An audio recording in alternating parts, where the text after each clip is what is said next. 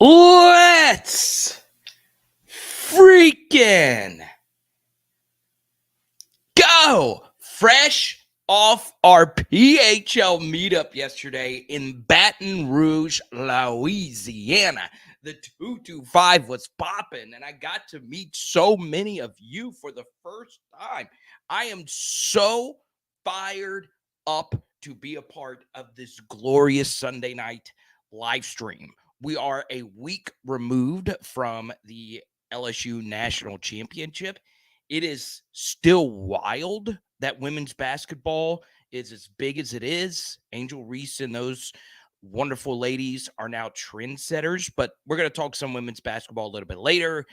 We're going to talk some baseball a little bit later, but you guys know this LSU football channel. We're talking OMAR SPEIGHTS tonight. Type Y for yes, type N for no. OMAR SPEIGHTS is a lock to be LSU's leading tackler next season. Type Y for yes, type N for no. Now, notice I didn't say he's a lock to be the best player on the LSU defense, right? Go back to 2011, one of the best LSU defenses of all time. The leading tackler was Brandon Taylor. Now, Brandon Taylor is a really good player, but he wasn't the best player, right?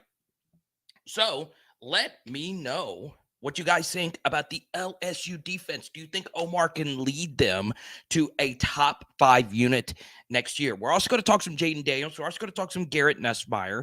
And we're also going to talk Baton Rouge. You see the poll question right there. I want on this channel to be as accessible to all of you as I possibly can. I do a lot of one-on-one chats with a lot of you. I've gotten to know quite a few of you personally, which is very cool. Last night was one of the funnest nights I have ever had in Baton Rouge, Louisiana. I'm serious. It was like crazy. I'm not going to lie. Something else I will share is this was kind of wild. We'll get into this a little bit later. So we had this PHL meetup scheduled at Zippy's. I picked a place that I love to go to in college. Okay. So we get there and I am going to the bar to go get a drink for Haley and I. And lo and behold, I make eye contact with PHL legend Slade Roy. Now, you guys know that Slade is a friend. He gave us his first ever interview. He's a starting deep snapper for LSU.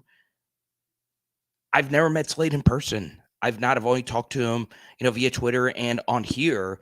And that was probably one of the biggest bro hugs I've ever given a guy. And he is even better in person than he is over the camera. And there were some other LSU stars that were there. And this team is really together. And he is super fired up. He's going to jump on here after spring. I want him to focus in on just getting better. But that was big. You guys know we are the president of the Slade Roy fan club. Shout out to Trish and the fam. That was a really cool moment for me. And I feel as if when we do these meetups and we get to actually fellowship together in person over this love of LSU football, really special things like that happen. I didn't even ask Slade. Maybe he did see it and said, hey, let's go to Zippy's. I doubt it. I think he just decided to go to Zippy's as well. And that lets me know that those kinds of things are destined, right? And for those that don't know, every PHL get-together that we have had up to this point, we have had 3 major ones. One crazy thing always tends to happen, and that was one of many that actually happened last night. So really excited about all of that, okay? So, yeah, it is super cool. I want to welcome for the first time, Richard. He is our latest patron. He's about to be in the Discord. Really appreciate you. Richard is a super diehard LSU football fan. Got to know a little bit about him. Appreciate your patronage. Now, the first thing I want to do, okay, and I want everybody here to come into this with an open mind, okay? I know this is a big day, right? It is Easter. Some of you celebrate, some of you don't. It's a big day for a lot of you, right? You spend time with your family. You're not really thinking about LSU football because, well, the final NBA regular season game was today. The Masters were today. We're still living this women's basketball championship, wondering if Haley Van Lith is going to come to LSU. And then Michaela Williams, are you kidding me? She did something truly spectacular this weekend on a international stage. I will talk about that a little bit later. And then, of course, a lot of you are worried about LSU baseball after what was a hellacious week in South Carolina that turned out to be okay with the weather and all that. And you're not really thinking about LSU football right now, okay? I will share this, right? The cool thing about going to Baton Rouge is getting to talk and see people for the first time that actually know what they're talking about. I like to think that I know a good bit, but there are so many people that I trust for football knowledge and getting to see these people in person. And it's definitely really cool, right? I really do believe in this team. I really do. Like, it is just amazing. Some of this was from my conversation with Slade, but just in general, like, this team seems together. And I know every team feels this way during the spring. I know everybody feels this way. I totally get it. I totally get it. But year 2, right?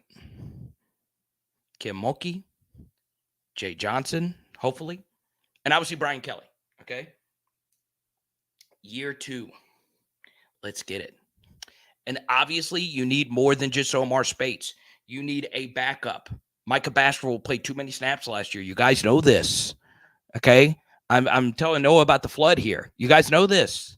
We've got to develop depth this spring for this defense to be a top 5 national defense, okay? So, really fun stuff over the weekend.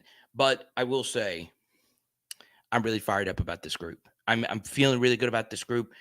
Obviously, I love me some Mason Smith. That's going to be a big piece for us next year. He's getting healthy. Spoke to someone close to Mason not too long ago, and just really excited. Really fired up about what Mason's going to do for us next year. And this is one of those things, okay? And, you know, you see OMAR Speights leads a top 5 defense. You want your senior, even though it's his first year, you want an adult to lead this group, okay? And OMAR Speights is an adult, but the more I sit and think about it, the more I think this is going to be the year of Mason Smith. I really do feel this. It's hard at defensive tackle now. It's not the old days where, you know, if you had Glenn Dorsey and Chad Lavallee and Marcus Spears, you're going to win a lot of games. Football's more spread out now, but the more I watch film from last year, I really do mean this. I'm going to get to your comments in just a second. The more I watch film, I'm telling you right now, we were missing Mason Smith so much. We really were. And it really showed versus Texas A&M and Georgia.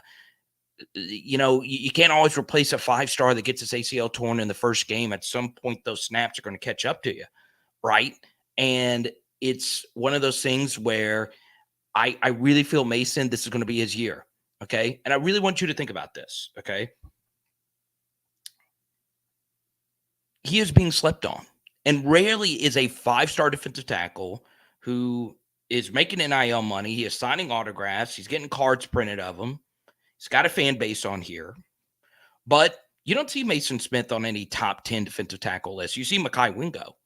You don't see Mason Smith on any NFL draft boards for the next year, right? It's a sleeping giant. And be ready for it. Okay?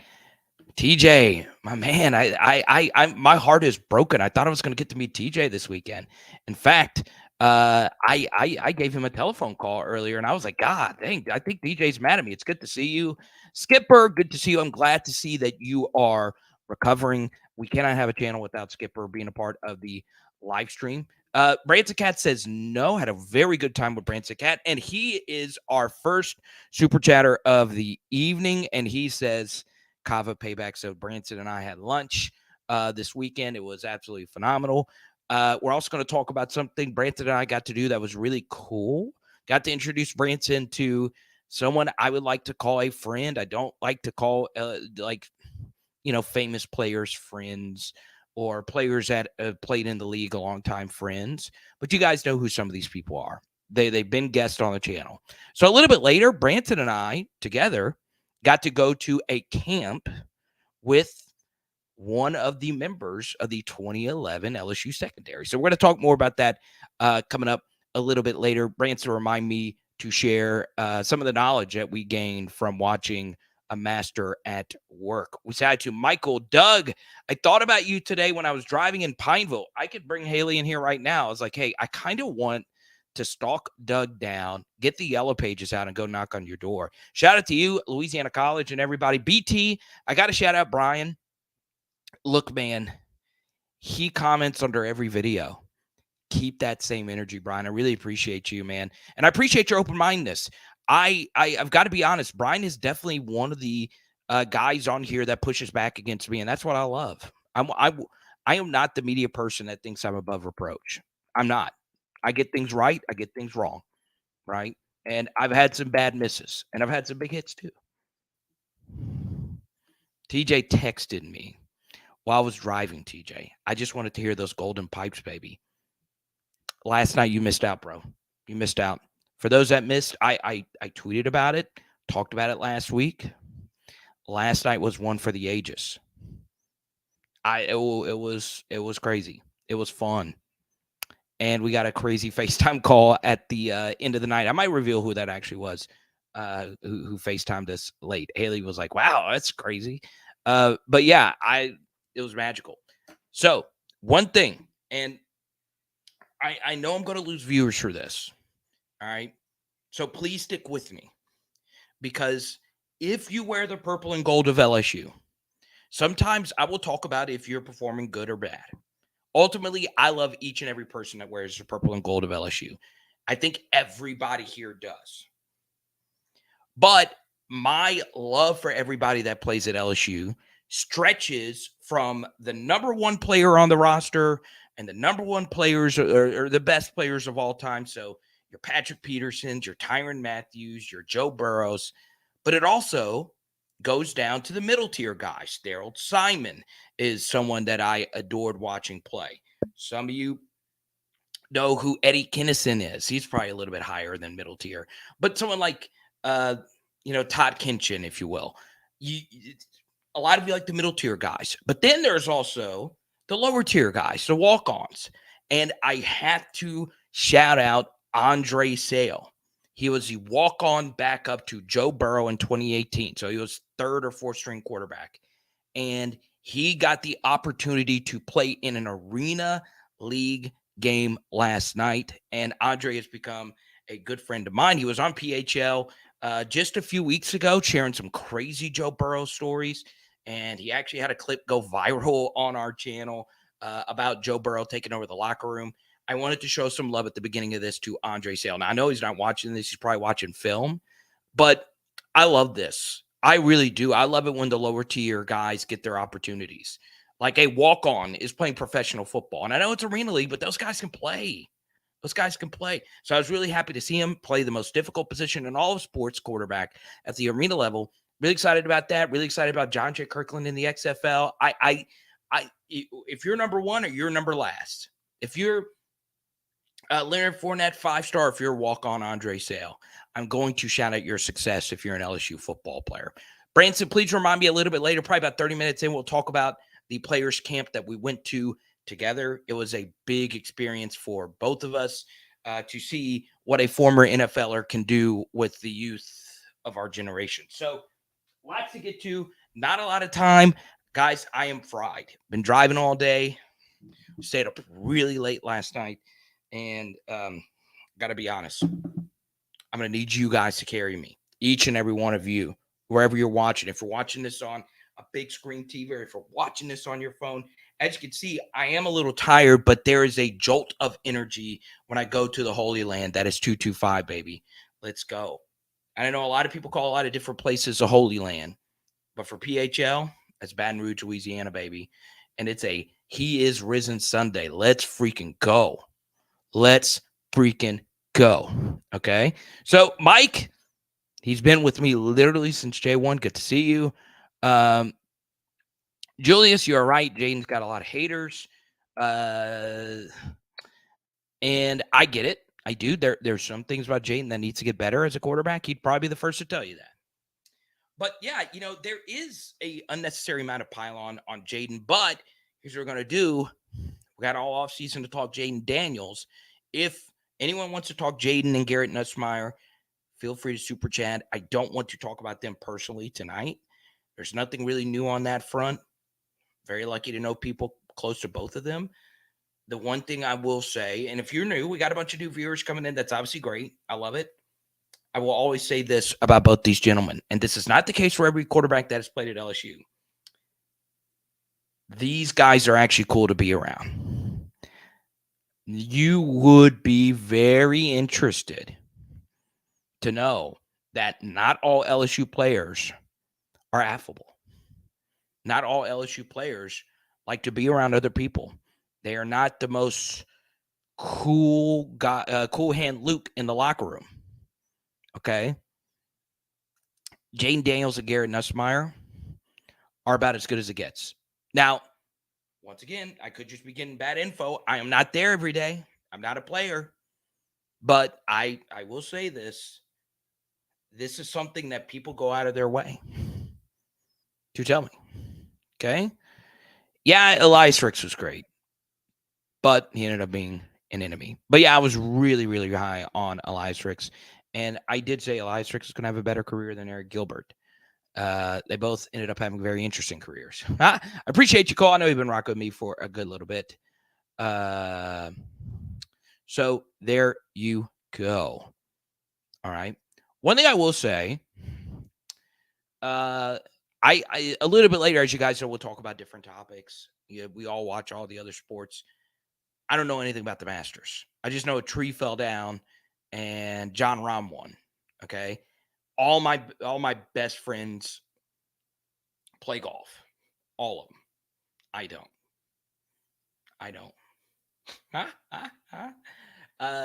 But yeah, shout out to you, John Rahm.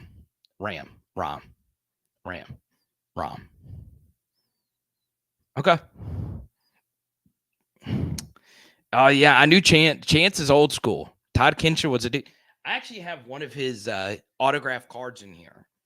And I might give it away tonight. He has an autograph card, and on the autograph, it says God rules. I guess I should give that out tonight on Easter Sunday. So here's what we're going to do.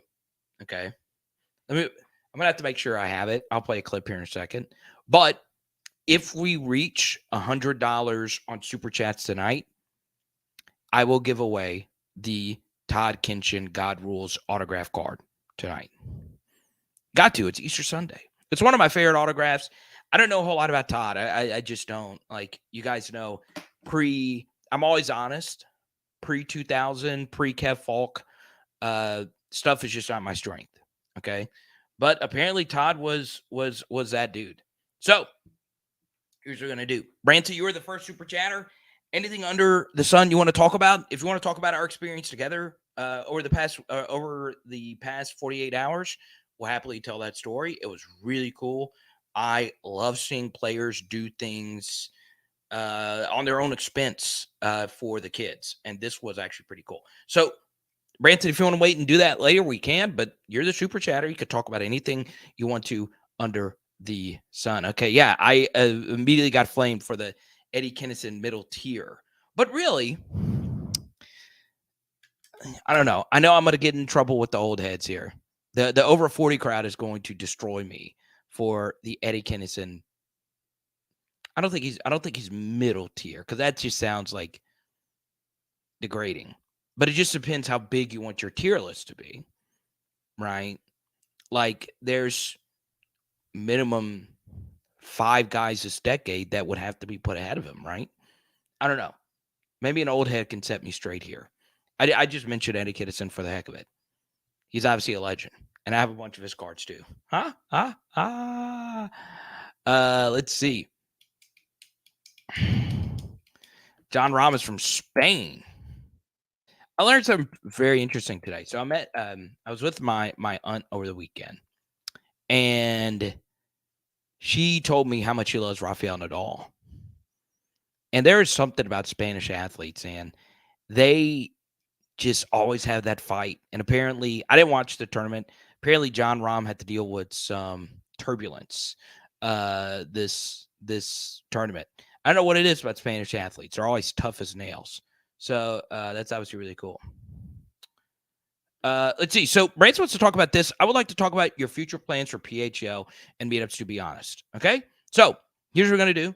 I know some of you don't ever want to meet me. That's perfectly fine. You see the poll question right there? If you are interested in getting a one-on-one talk with me, we could talk film. We could talk LSU legends. You get a free one-on-one consultation with me once you sign up for Patreon.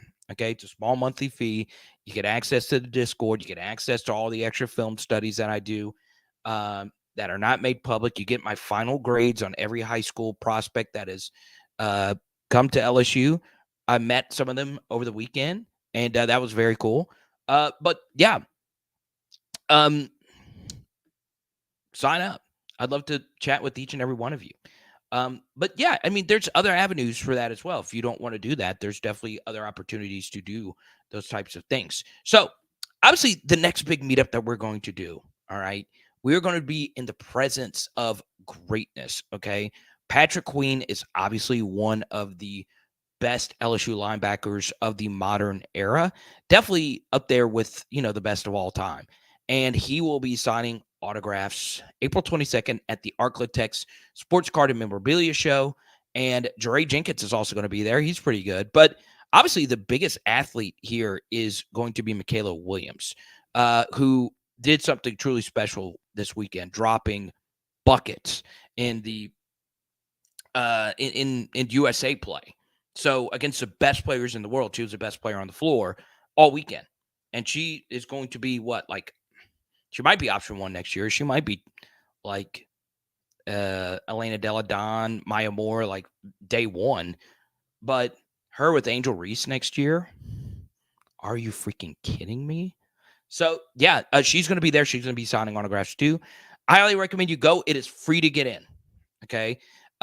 Dre's autographs are going to be free. Patrick Queen's autographs, I don't remember what that number was. And Michaela Williams autographs, I think, are only $10. Are you kidding me?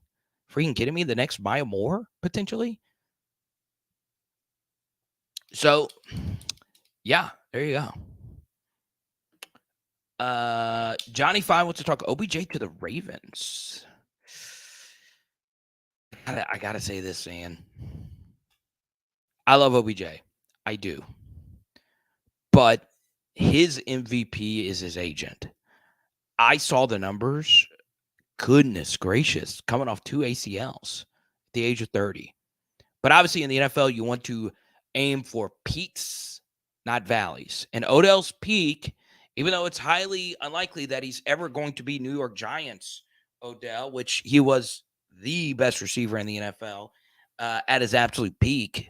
I mean, obviously Devontae Adams, Tyreek Hill, we can get into semantics there. But yeah, really interesting, Johnny Five. I think for me, we don't even know if Lamar's going to be back. So it's an interesting fit, and they are going to get a lot of new fans, right? OBJ's got such a huge fan base. So really excited about OBJ. Obviously going to cheer for him. I think, for me, as far as like Odell is concerned, it's just health. Honestly, I think if he's on the field, he's going to figure it out. Like, he's one of the best talents to ever walk here at LSU, right? And I'm looking forward to it. I really am. So there you go. If we can, all right, because I know this will derail the chat. All right, I won't make a promise. All right, I'm gonna keep it to LSU football here. All right, even though there's no really, huge news to go into, even though what I'm about to say is kind of big, and I'm going to keep repeating it because it's not really known. All right. Hear me out. Okay. Some of you are going to bring up the Pelicans in the chat. Notice I said some of you. Now, you guys know I love the Pelicans. But here's what we're not going to do. I promise you, later in the chat, I will talk Pelicans because it was a crazy day, right? There was a fight between the Wolves and they still won the game. And we had the lead going into the fourth quarter. I will talk Pelicans later. All right. I promise you. Okay. Promise you. I will do it. Now remind me, because things get crazy and I'm here to talk LSU football. Then it's LSU sports. Then it's other things. Okay. But LSU football makes up 80 to 90% of what we're going to talk about on live streams. I promise we'll get to the Pelicans later. Promise, because I have a lot to say. All right. I promise you. But let's keep it LSU football for right now. Okay. Jordan, good to meet you this weekend as well. Probably the most interesting meeting was Jordan, who was all the way in for this PHL meetup from New Mexico. How crazy is that? That is really cool. Thank you for making me a part of your awesome week. Stabby, all that. That's crazy. But yeah, it was an epic night. I got to be honest, it was epic. And I'll show you some photos a little bit later. Okay. We'll talk about the FaceTime and all that stuff. All right. It's funny, Brantacat. When you referenced this, I thought you were talking about my Haley. I was like, God, can Hey hoop? Do you know something I don't know? But obviously, you're talking about Haley Van Lith. So here's what we're gonna do. Once again, please stop the Pelicans chat in the chatter. All right. I promise you, we're gonna get to it a little bit later. Promise you. Now, okay. I do want to point this out. And I did speak to someone this weekend about this. That doesn't work in LSU football. Right? Just a personnel person. Okay. What is not being discussed publicly now enough was a major rule change. Okay. Major rule change. Okay. The recruiting period for the next transfer portal window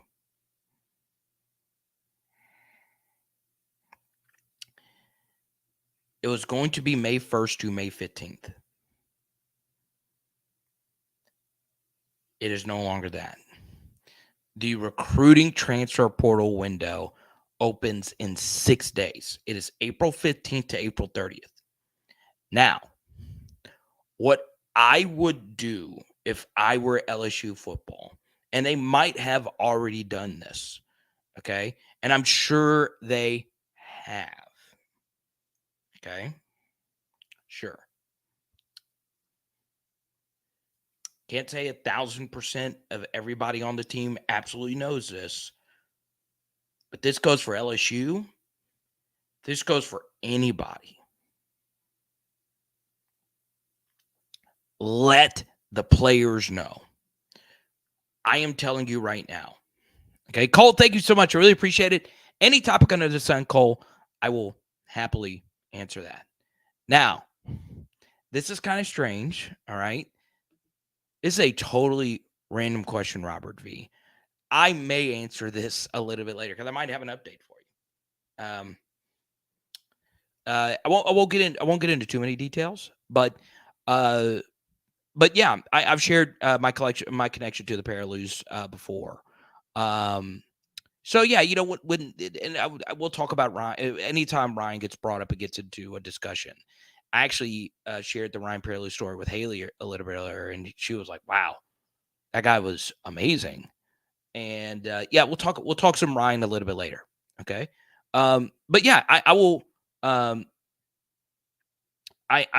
will happily share a few things. Or Robert, if you super chat, I'll go straight to it right now. But I save like the all-time debate questions for a little bit later, and I stick with the current. Okay, Cole, I appreciate it. You pick any topic. Okay. Roger, what's up, man? I will say this one thing because you did randomly ask it, and you are a first-time commenter. Okay. Ryan Perrilloux is the greatest Louisiana high school quarterback of all time, and it is going to take a lot to beat him. Now, do I feel a little unqualified to answer to say that? A little. I'm not Libra Keen or Lee Feinswag or like a Louisiana sports historian that, knows the ins and outs of all the high school coaches and all of that.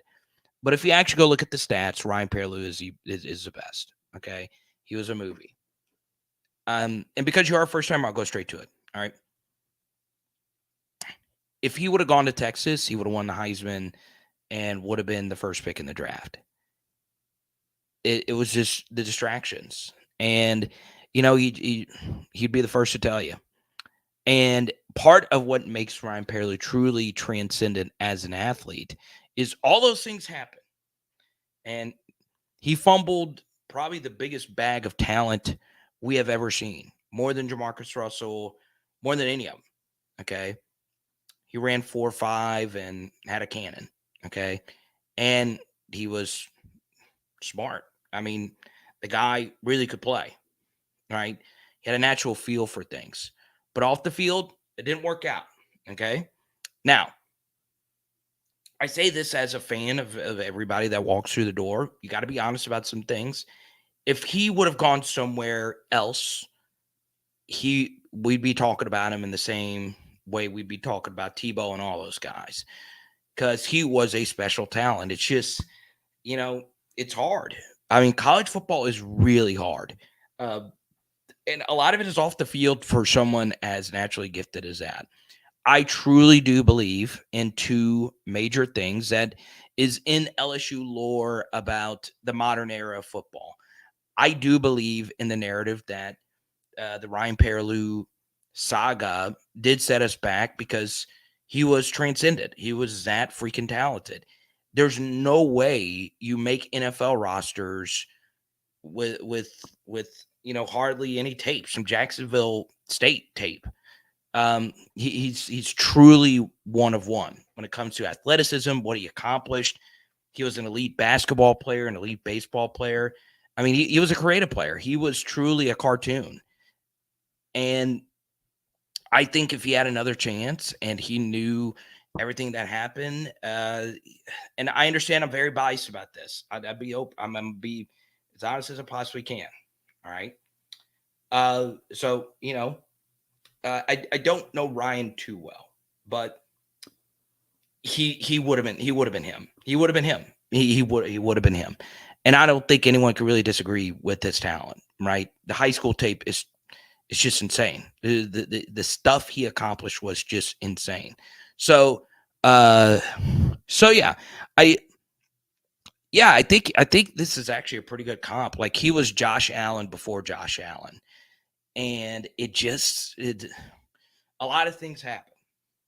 So the truth, though, is, can you call Ryan Perrilloux a bust? No. A bust to me is someone who does nothing. Okay?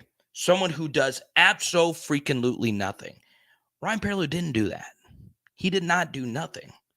We don't win a national championship without him. Let me repeat. We do not win a national championship without Ryan Perrilloux on our team. Okay? So I understand that a lot of people feel some type of way about how everything went down.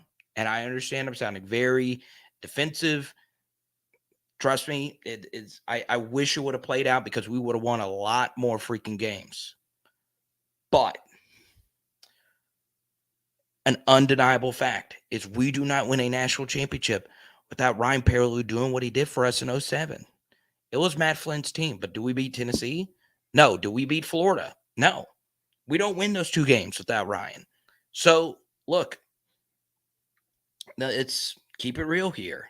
He is not a colossal bust. Now, relative to expectations, yeah. I mean, you could say he did not live up to expectations, but a bust is someone who gives you nothing. When he played really hard. He played in tough circumstances against Tennessee and at short notice, winning the SEC championship game. I mean, let's keep it real. We don't win it. So I understand it's sore. But Robert, you are new. So I like answering first timers questions as best I possibly can.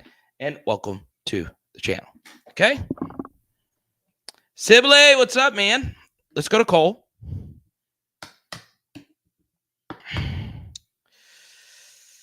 Any change after spring ball? What are your expectations for the 23 season? The 9 guys running 20 miles per hour has me excited. Okay, so start with the last part of this. The 9 guys running 20 miles per hour has me excited.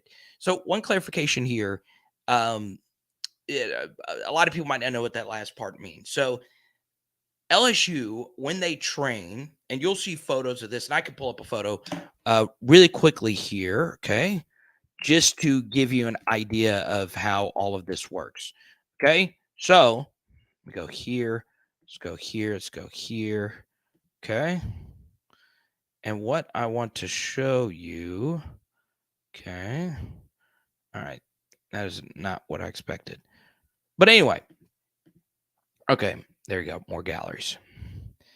So LSU has tracking software that they wear on their bodies. Okay. And it's called Catapult. So it's like a black bra, if you will, and they wear it on their bodies and it tracks their motion. Okay.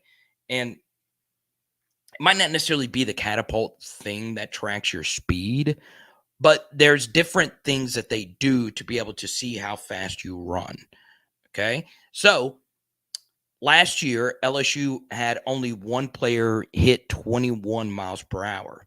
So Cole meant 21 miles per hour, not 20 miles per hour here.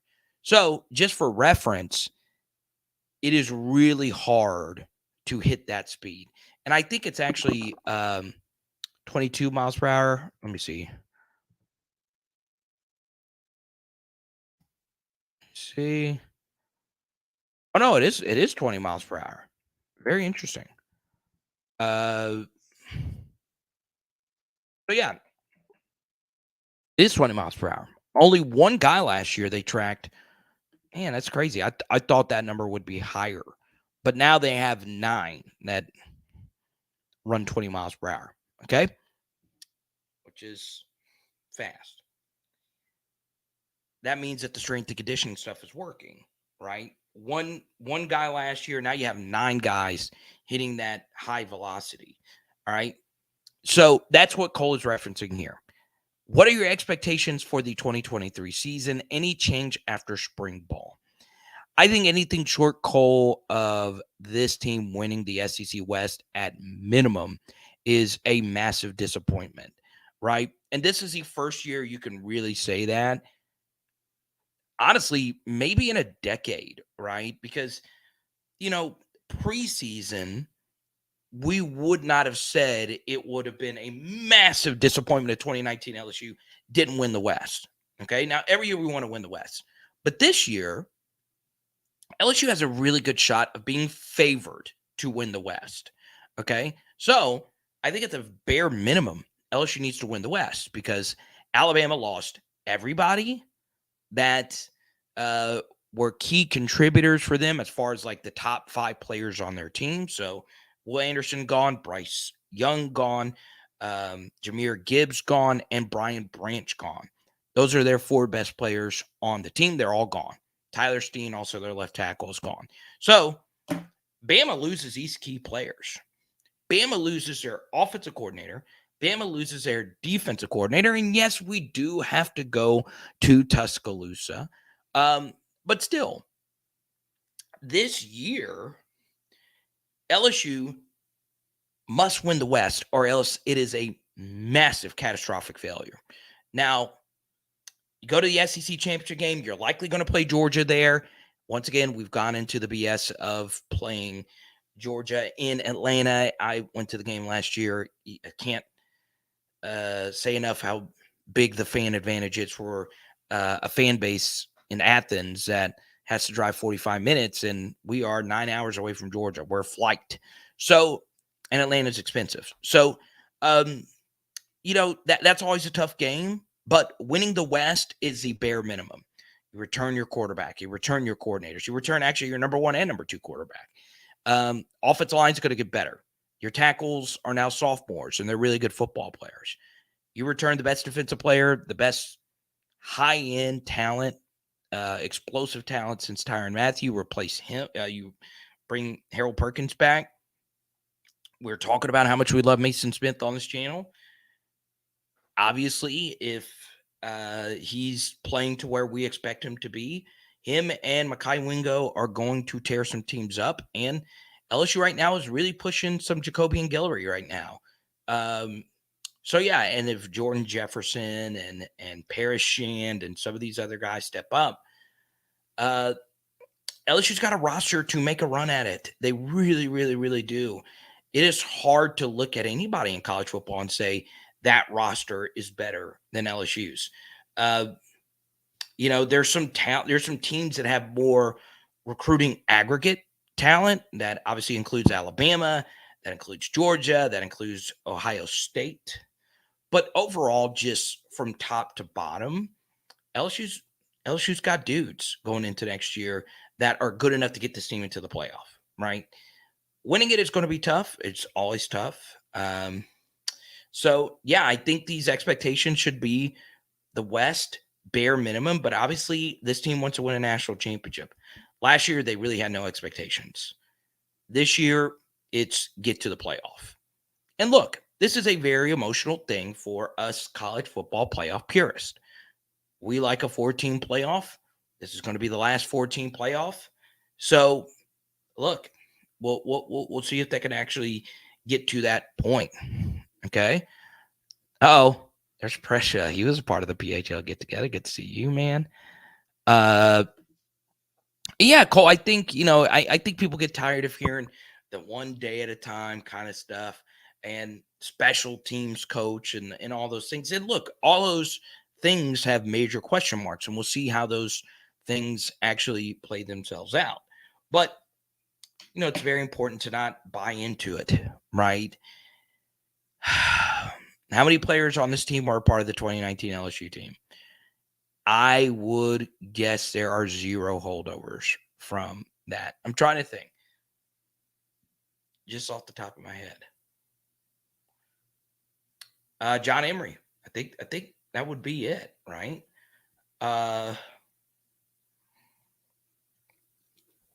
Hey, we'll get together. Me, you, and Doug Nose can get together, have lunch. Let's go, man. I love Alexandria. Best thing about Alexandria, it's a cartoon water tower. The little water droplet dancing on the water tower. Freaking love that. Every time I see that, that makes me laugh. I was like, you know what? No one ever thinks of a water tower as needing to be like have a personality, but that water tower has a personality. It is a tall drink of water. I would ask her out on a date if I was attracted to water towers, which would be very interesting, but who knows? It's 2023. So look, I love the water tower. I do. So there you go. I just love the dancing water tower. Yeah, I guess it is John. I said John a minute ago, but now I'm just trying to think, is there anybody else? Todd Harris is gone. Yeah, John Emery. That's crazy. There you go, Richard. I love it, man. I love it. We got to get your Discord all set up and ready to go, man. I think I sent you the link in the Patreon, but I'll send you a Facebook message a little bit later. There you go. Tell them we're ready. We are so ready for a run. I'm really excited to see this team next year. There you go. Charles Turner. Let's do it. Let's go. Let's go, William. Pigeon Forge is in the chat. Love to see you soon, Carter, in the Lake Charles area. You want to know a true story? This is honest to God truth. I've never, and I've heard great things. I have never done anything in Lake Charles. Never done any media thing. Never really spent that much time there. Never did a comedy show there. Nothing. But yeah, I would love to do something in Lake Charles. So let's set it up. Let's set it up, man. So yeah, I mean, obviously I love Bossier. I really do. I love North Louisiana. I feel like, North Louisiana gets overlooked. Really excited by Aaron Burrell, the kicker who committed. Spoke to a really reliable source on Ahmad Bro of Ruston. And, I keep getting told that this kid is tough as nails. He is what you want in your program.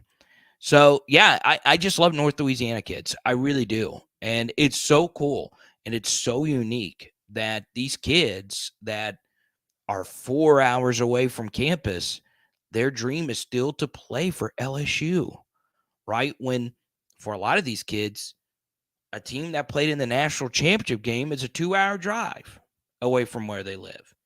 Okay. And they produced a lot of really good football players, but they still want to go play for LSU. It's a dream school, baby. Let's go. So, yeah, I'm a huge North Louisiana guy. That's why I love doing the card shows in Bossier with my guy, Ty Christiana. We're going to be giving away all kinds of stuff. So, really freaking excited about that, right? He's a Karen Crow kid originally. No, don't steal the North Louisiana Thunder chance. Big Tank, you played for Alexandria too. That's cool, right? So there you go. But yeah, let's Pigeon Forge, you get to pick the next topic. Black OT, you get to pick the next topic. Go right on ahead. Wait, which water? Text me, Roger. You got my number. Text me the photo of this water tower. I don't like boring water towers. Like, I like water tower art. Like, I don't like walking or driving. I would never just walk up to a water tower. That'd be kind of weird. But I don't like driving on the highway, see a water tower, and it just say Duddell or whatever the name of the town is. Give me some pizzazz. Like the Alexandria water tower artist said, look, I'm going to do the most with this water tower.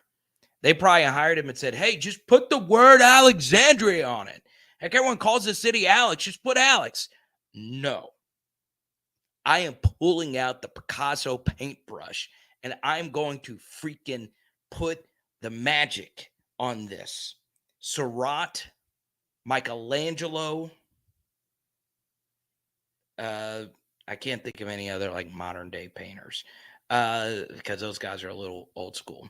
By the way, Seurat is the greatest painter of all time. Don't let anyone tell you anything different.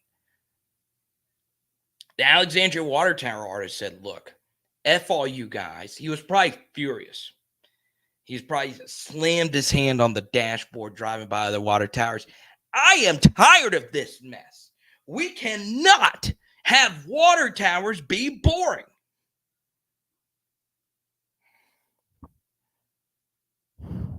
Charles Turner, let's go.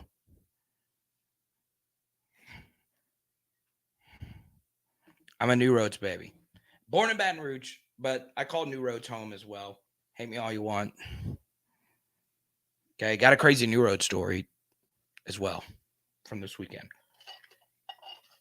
New Roads is truly God's country. Don't let anybody tell you different. Okay.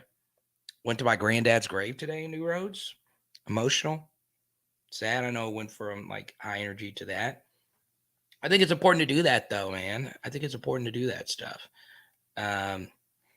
So yeah, you know, it's New Roads is where it's at, baby. Let's go. True story. So we were driving to New Roads, and Haley is not from Louisiana. So my grandmother sent us her address. I'll say it like that. So she sent us her address of where she was, and Haley typed it in, and she said, "Hey, it's taking us to Point Coop." And I slammed on the brakes, turned back around to Alexandria, and I wanted to cry into the side of that water tower and say, I can't have my wife. It's a reason why I don't have my wedding ring on. I can't have my wife calling my home Point Coop. Can't have that. Can't have that. I almost called it my lawyer. Okay. I almost said, hey, Saul Goodman. I don't have a lawyer, so I just made up a name. Sounds like a good fictional lawyer name, right? Hey, Saul Goodman. Get the papers ready. And he's like, well, you really want to go through this? I'm dealing with this guy named Walter and this blue stuff. Do you really want to do this? I was like, yes, Saul. Get the papers ready. Because my wife said Point Coop. Can't say point coupe. It's toupee, like the hair. Coupe.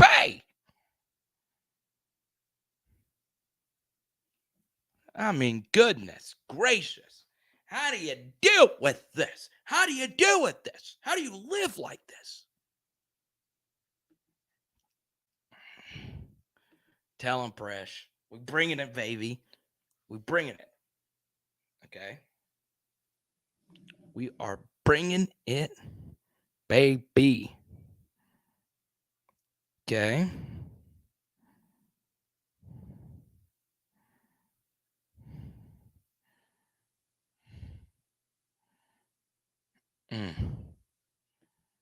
So, this weekend, Rancid and I, okay,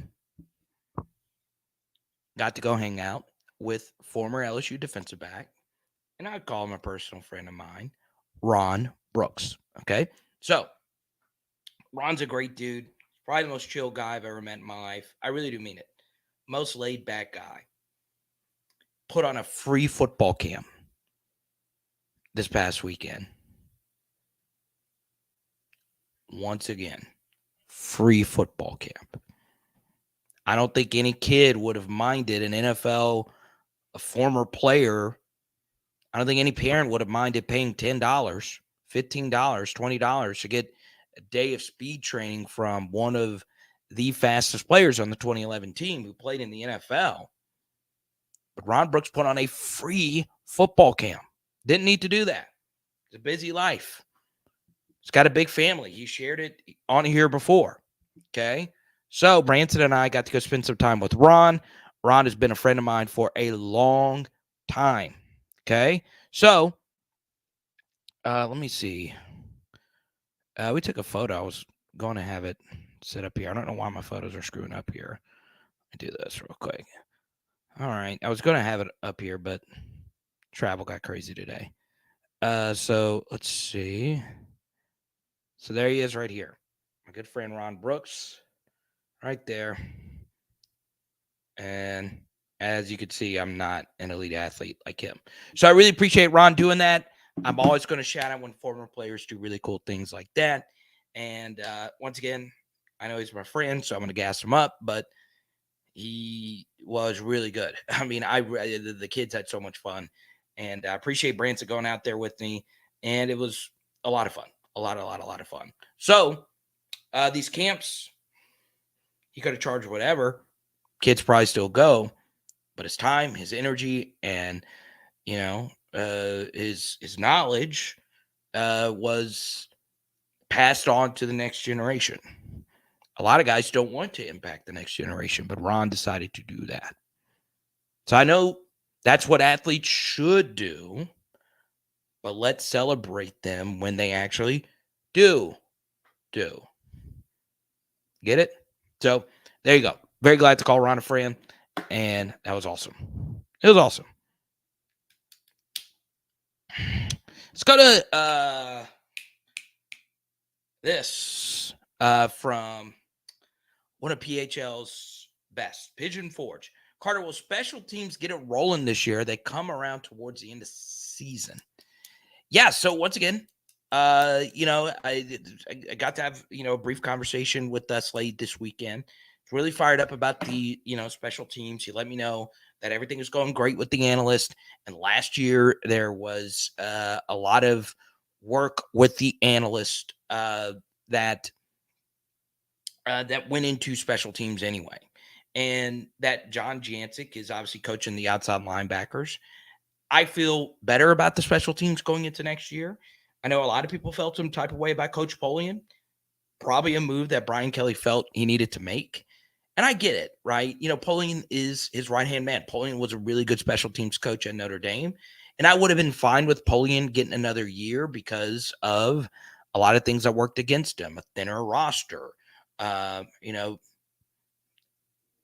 What do you do? I mean, Jack Besh and Malik Neighbors have good hands. They hardly drop.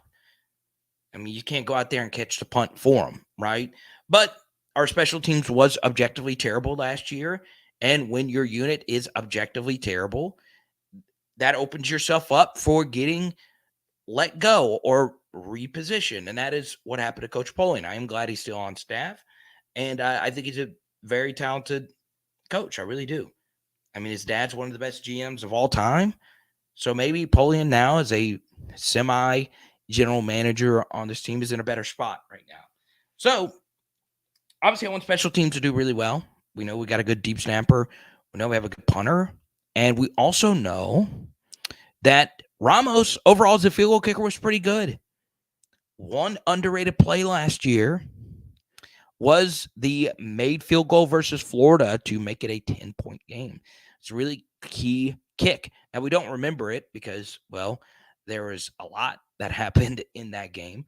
And there was some discussion of whether or not LSU should have gone for it. But anytime LSU needs to make a big kick in the swamp, kick it or actually run a fake kick. Do either one of those two things, and we will win. So, I'm optimistic about special teams. There is a piece of me that wonders maybe, just maybe, LSU should have hired just a special teams coach who only does special teams. We'll see how this communication works out next year. So we shall see. One thing that's very interesting about special teams, okay, is let's say you're in the NFL, all right? In the NFL, you have a 53-man roster, and you have a good idea who your special teamers are going to be. That is not the case in college football. You have a roster of over 100 people, over 80 scholarship guys. Okay, cut out the offensive linemen that aren't going to be on kickoff team or whatever. Still, though, as a special teams coach, you have to manage everybody on the roster, each and every person on the roster. It's a lot. It's very difficult. So maybe Brian Kelly looked at it and said, look, I don't just want to have just one guy coaching special teams. Maybe it is a job that is better compartmentalized. And maybe Greg McMahon was just a masterful special teams coach. It's hard. It's really hard. The issue for me, though, was each and every one of our special teams units, outside of deep snapper and outside of punter, was very shaky at times last year, right? In many different ways. Kicking it out of bounds, bad kick coverage, bad punt coverage. Okay. Some of those mistakes happen at home. John Jantz, good to see you. Still subscribed from watching it last year before the first game. So pop it in to say, hey, here's hoping it's not as close as this year. I can't say that last part, even though you super chatted. So I am going to translate John's message here at the end as him talking about Novak Djokovic. No lay. See? I love it. So I'm very lucky to John, good to see you again for the super chat. Putting the hat backwards like you, man. Doing a little pose. I like it. So John super chats about Florida State. So let's talk some Florida State. Okay. What do we like about Florida State next year as far as what they return? From a Florida State perspective, well, they return their coach. Alex Atkins is back, rising coach in the profession, Broyles Award finalist, one of the most well-respected offensive line coaches in the country. Their offensive line was really good last year, okay? We always know Florida State's running back room is going to be good. Even during the down years, they had Dalvin Cook and Cam Akers. Florida State's always got dudes there. They are one of the best running back schools ever. Okay? So they're going to have a good running back room. Offensive line's going to be solid. Receiver, we'll see. I do like Hakeem Williams. He was one of my favorite receivers in this last class, a physical freak. I think I don't like calling a lot of people special. He's close. He's a really good player. But obviously, it starts and ends with their talisman, Jordan Travis. Really good player. You can make a case his best game last year was against LSU. He threw dots, and a lot of those were dropped.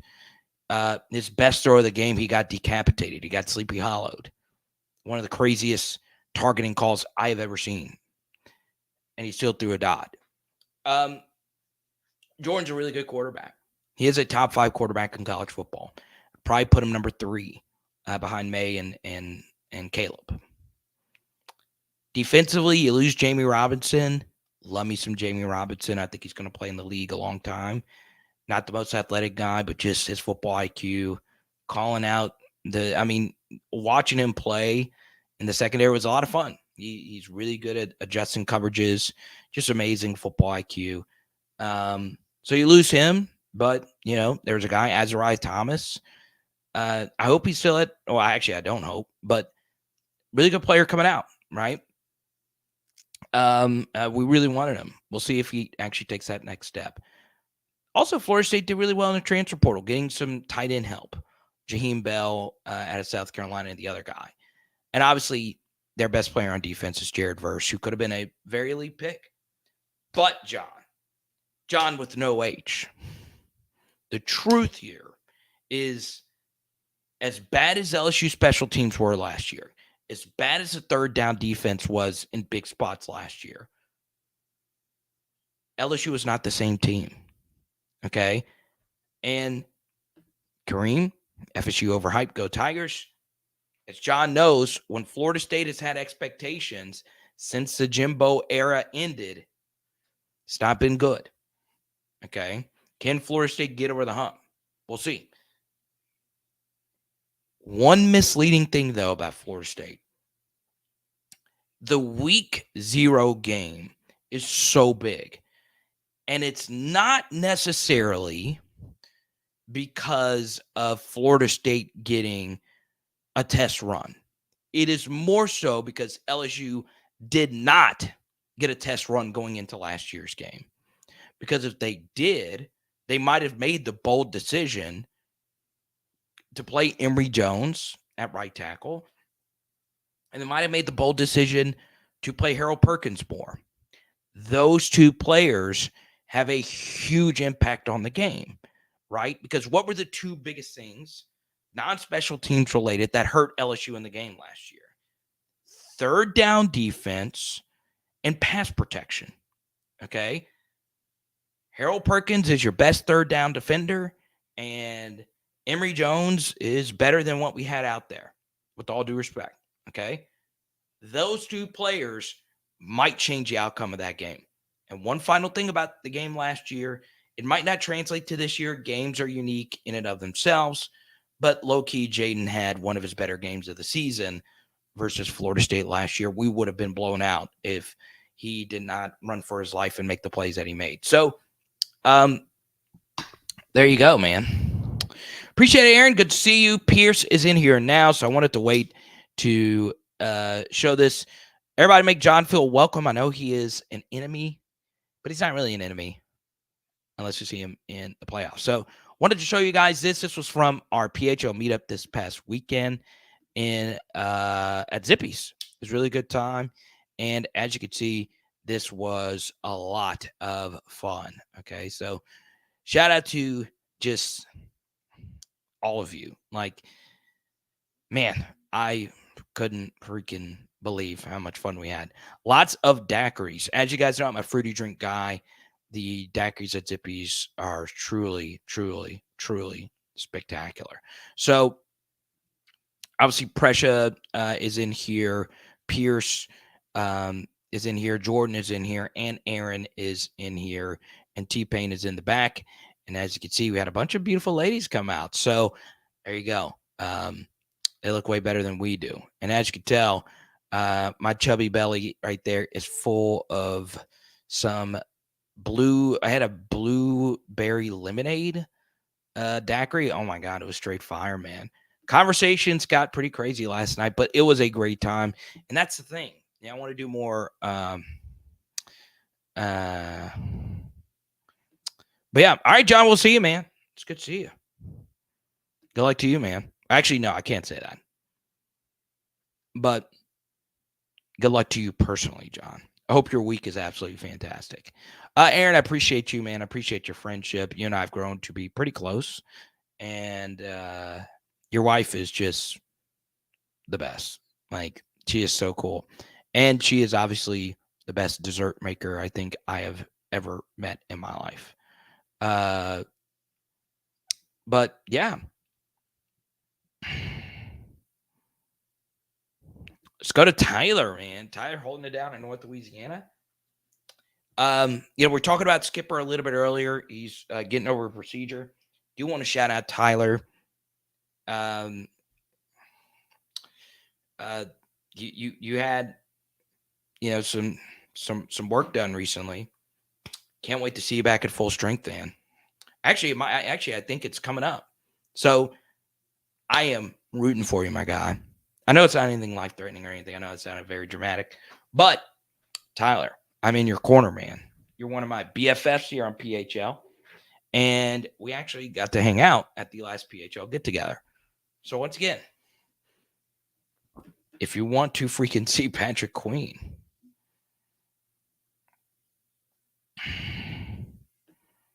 Carter likes his drink tangy. That lemony twang. I knew you were coming at it. I am really starting to love this card, man. Thank you so much, AP, for this. I'm going to give this one out at some point right here. K. Doty. That's it. All right, Branson, with another super chat. Thank you so much for the Venmo. I appreciate it. Are we partying with John in Orlando? Let's go, man. James Coleman has become a good buddy of mine. Former FSU fullback. I love him. I just think he's so interesting. He does some Jaguar stuff as well. I love him. He's been a guest, and we got to get him on again this year. He is hilarious. But yeah, let's go to Branson Cats here. Let's see. We did a PHL women's basketball channel. I'd be down to help with it. Women's basketball is such great energy. I will say this, okay? And I won't go like too deep into women's basketball right now because it's been a lot. We've done a lot of it, and this will always be a football first channel. But I've looked at the analytics. I've heard from you guys. It's not that they're good, right? It's one thing to be good, but they're interesting. And it's not just Angel Reese. It's not just Flaw J. It's all of them.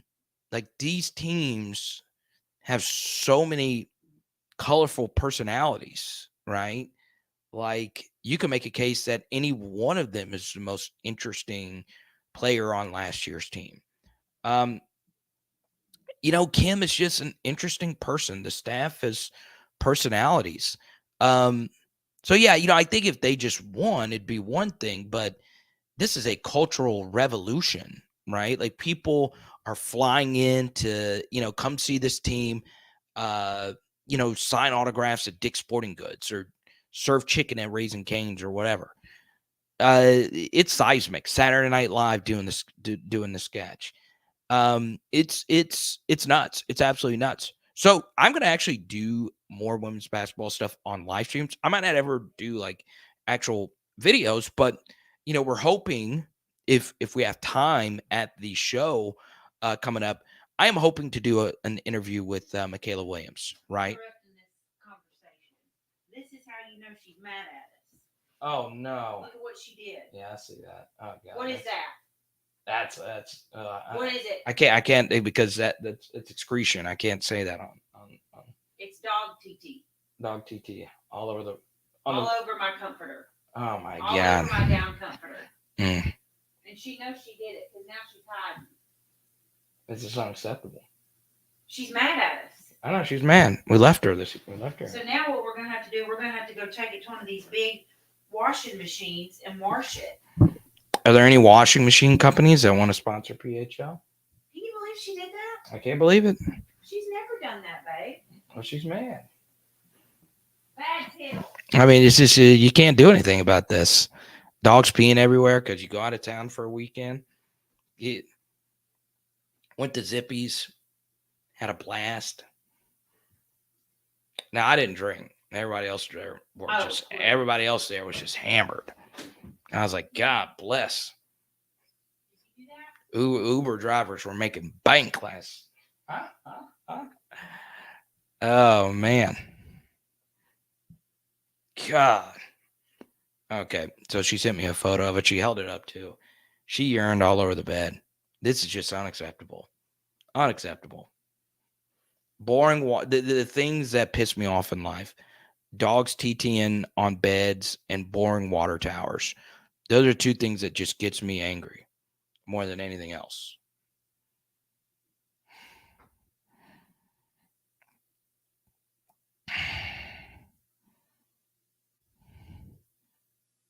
Amber Heard alert.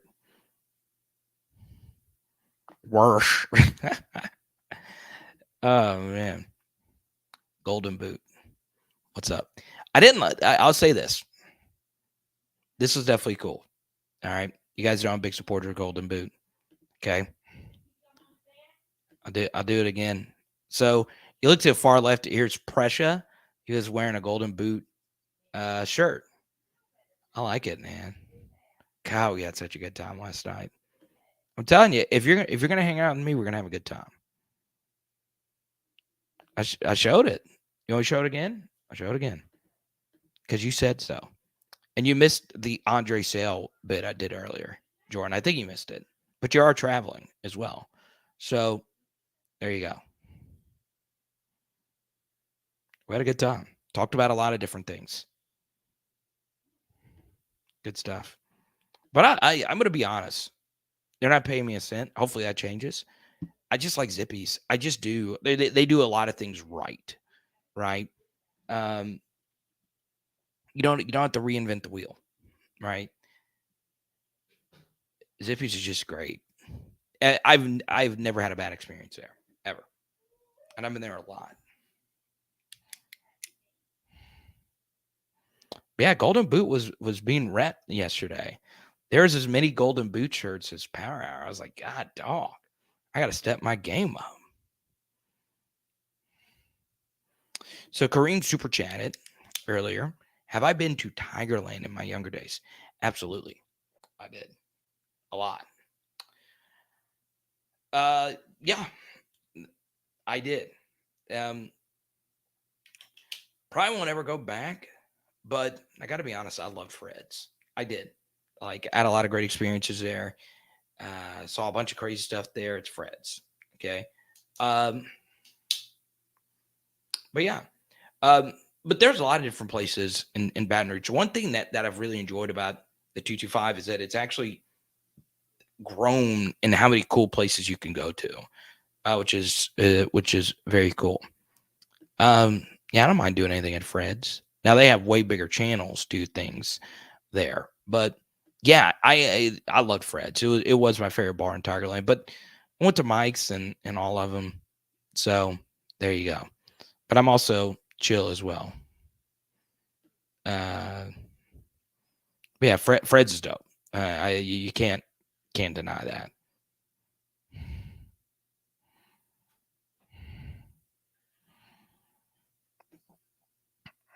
Haley and Kim Mulkey to be friends. So y'all want Kim Mulkey to jump on this channel. That's a tall order. Okay. It's one of those A-list guests, right? It's an A-lister. We've had big guests on here. We have. Really good guests.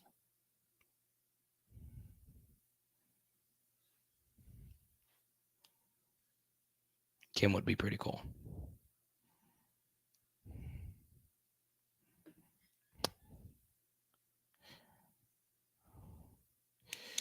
Carter's a new bar called the Revelry of the Rev right by Chimes. It's the best in my opinion because it's not a million miles away. Well, what if I told you the owner is a friend of mine? So really excited about what those guys have done, their vision. I've not been there. I was actually there their opening weekend. So he sent me an invite to go, and I'd happen to be in Baton Rouge that weekend, and I had a great time. And once again, I'm biased, very happy for Chris and Alex and Rob and those guys. So yeah, I can get into the history of the Revelry. It's really cool, but yeah, I know Kim Mulkey gets 1,000 interview requests.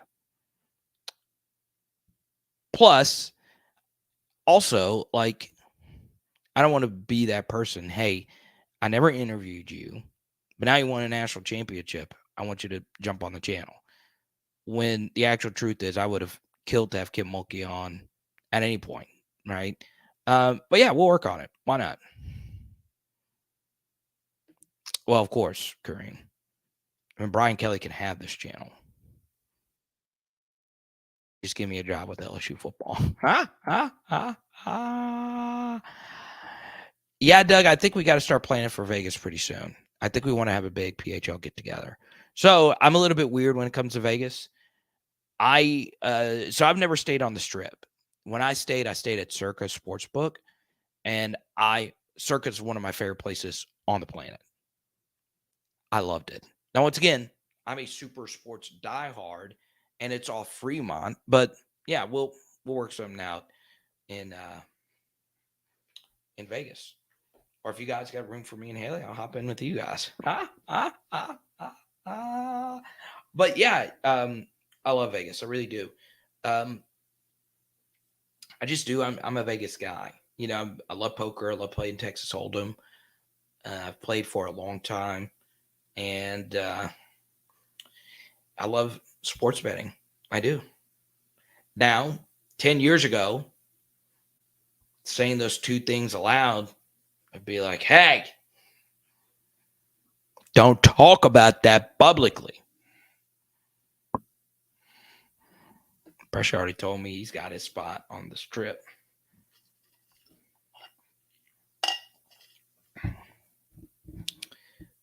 But I know we got a bunch of new viewers. I do want to bring up one thing. All right.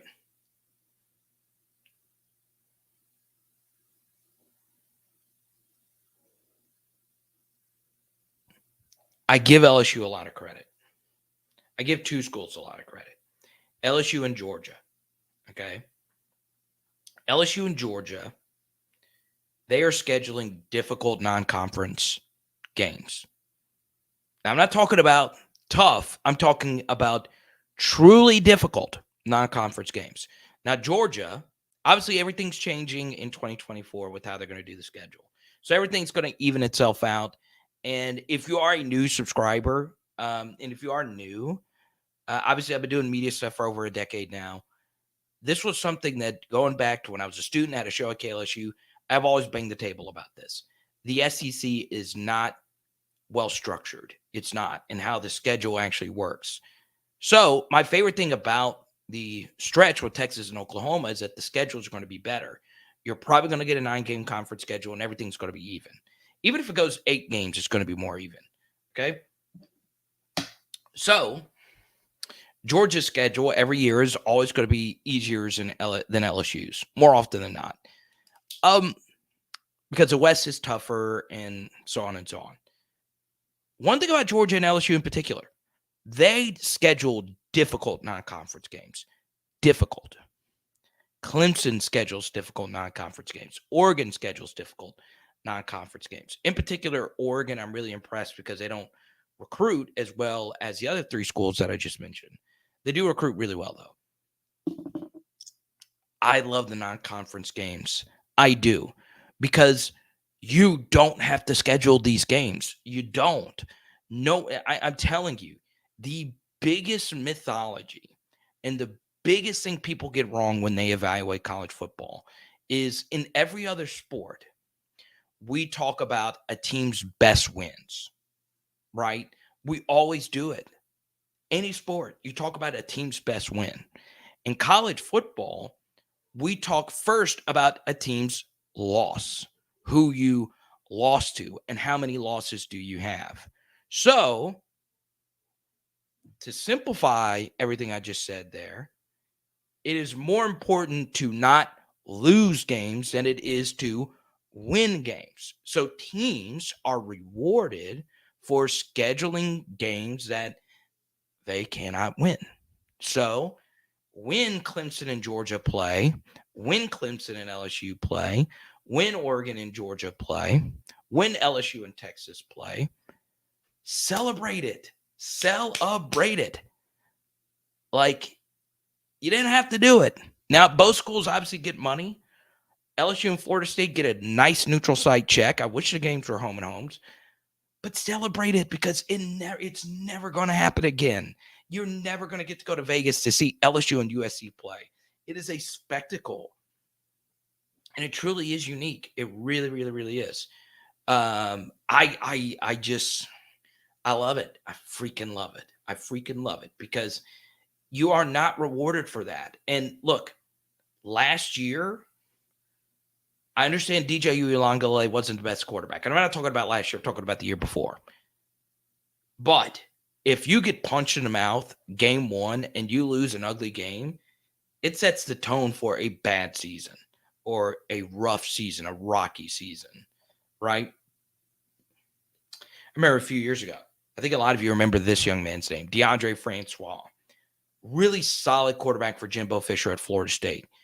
They played Alabama week one.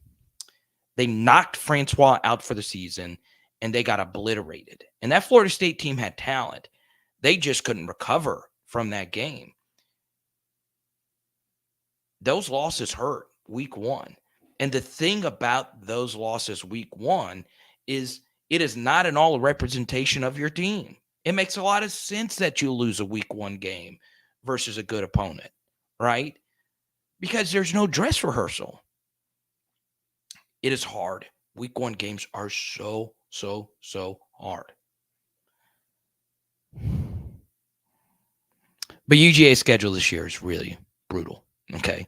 It really is like brutal in a bad way. Like it is easy.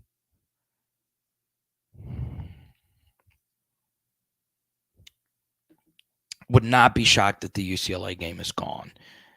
But it would be pretty badass if we ended up keeping both of them and a 9-game conference schedule. So that would mean 11 of the 12 games are against Power 5 teams. And I'm not talking about Purdue. I'm not talking about Northwestern. We're talking about USC and UCLA, both of which in 2024 will be quarterbacked by 5-star quarterbacks, both of which are coached by really good offensive minds who have played LSU before. So, yeah, it's very interesting.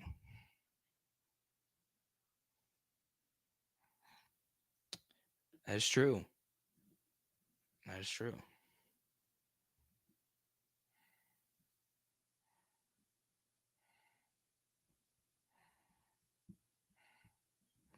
Now, since I have all you here, I got a first Facebook like. That's good, man.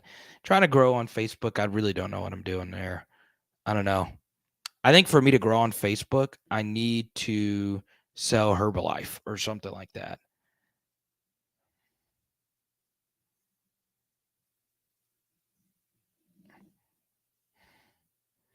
Bossier City has a water tower. We salute our troops. Let's go.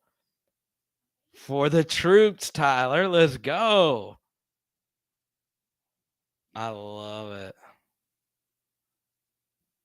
I freaking love it. The troops. But yeah, Facebook is a monster. I'll tell you this. Everybody that complains about the discourse on Twitter has not seen discourse on Facebook. I posted just one photo of Alexis Morris in the Iowa game, and there is some nastiness in the comment section. And Iowa fans, there is some dog whistling going on in that comment section that is like, ugh, you lost. Get over it. But it's I started a Facebook page. I'll post on there occasionally. I just love YouTube. I just think it's natural. I like TikTok. Obviously, Branson's helping me grow on TikTok. I like, obviously, our private Discord on Patreon. I love Patreon as well. Very exclusive, but also very accessible. But yeah, Facebook is tough. I'm just like, God, dog. To hit the algorithm, you have got to have a Ponzi scheme ready to go. Right? I mean, have something. I'm trying to think of a good Ponzi scheme to start. That's easy. I don't know. I don't know. What is something I can do to screw people out of their money? I don't know.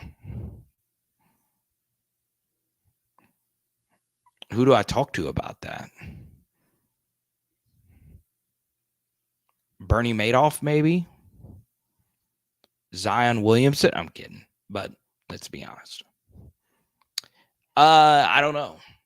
I gotta try something. Now, a lot of you asked me about the Pelicans earlier today. What about Willie Green? Lost this game. Minnesota quite literally are punching each other in the face. Still lost the game. He had the lead going into the fourth quarter. Folks,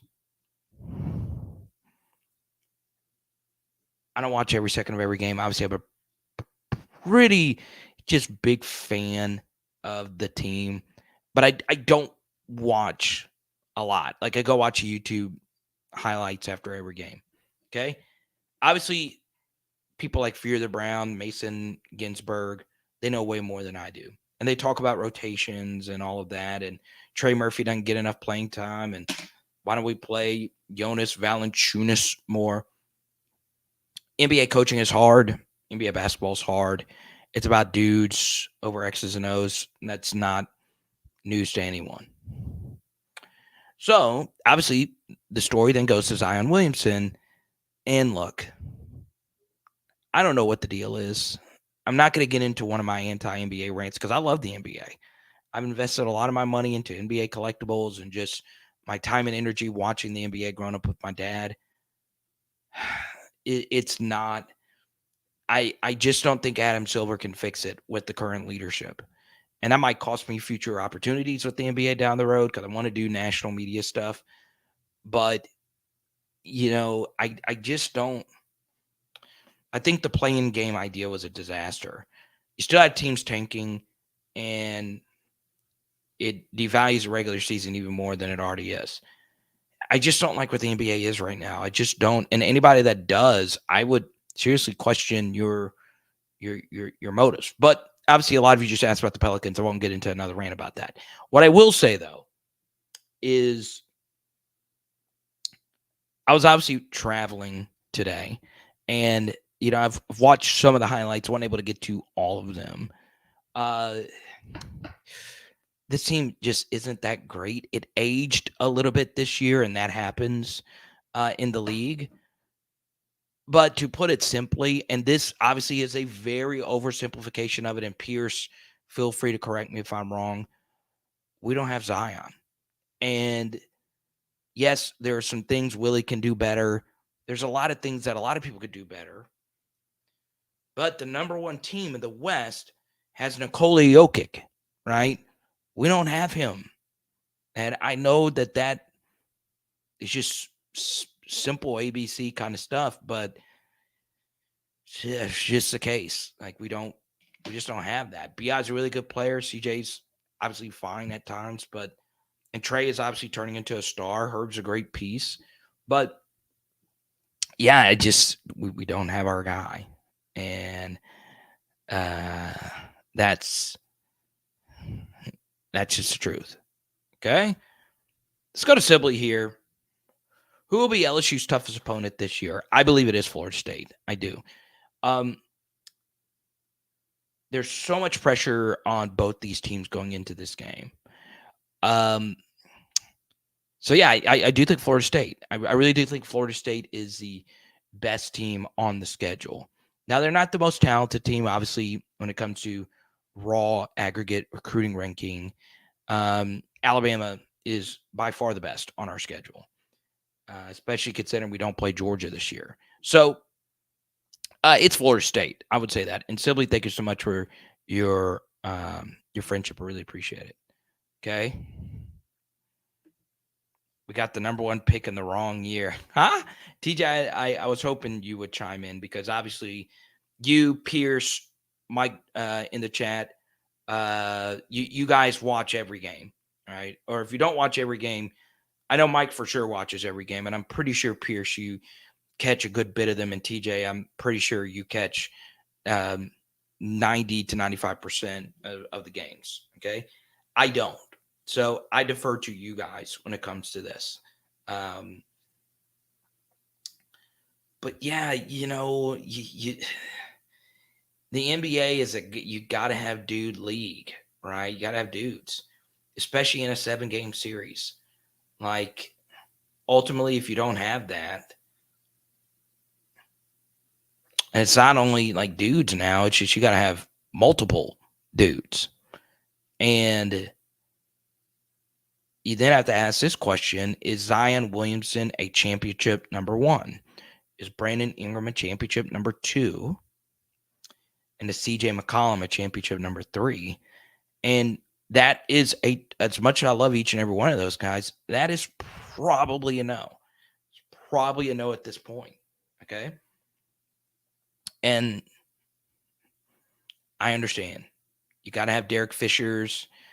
You got to have Robert Ory's. You got to have Ron Harper's, Tony Kukocis, to Detlef Shrimps, even though Detlef didn't actually win the title. I don't know why I thought of that. But you guys know what I'm saying. To go to the finals, to make runs, you got to have those role guys as well. But you got to start with the 1, 2, 3. And if you don't have that, you don't have a chance. Okay?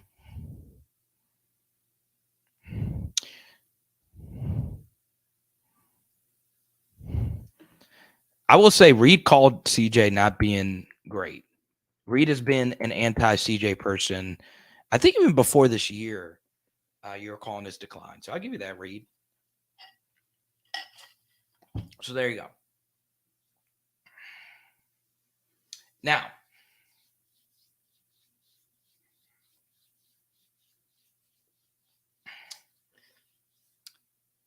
let me just say one thing. All right. I will say one thing, and I'll go back to the Adam Silver thing.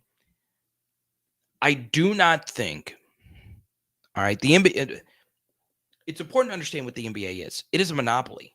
It is a monopoly. It is the biggest professional league that we have. All right. And most professional sports leagues, especially in America, are monopolies. Okay. So the good thing about being a monopoly is you can be not the best run and structured because you are the only league, right? So everybody still gets paid in full. Everybody gets full salaries, and they'll make some changes. In this last CBA, they made it a 65-game minimum for you to win MVP or be on an all NBA team or any of that. I hate all of that. I think Adam Silver could have stepped in and been a little bit more radical and changed a lot about the NBA structure. And what he decided to do was put a tournament in the middle of the season, which is going to be interesting how that tournament is actually structured. The play-in game thing is not good. It's not good because if I'm not mistaken, someone please correct me if I'm wrong. I saw this on Mason Ginsberg, who's a really good Pelicans writer. I saw him tweet this out.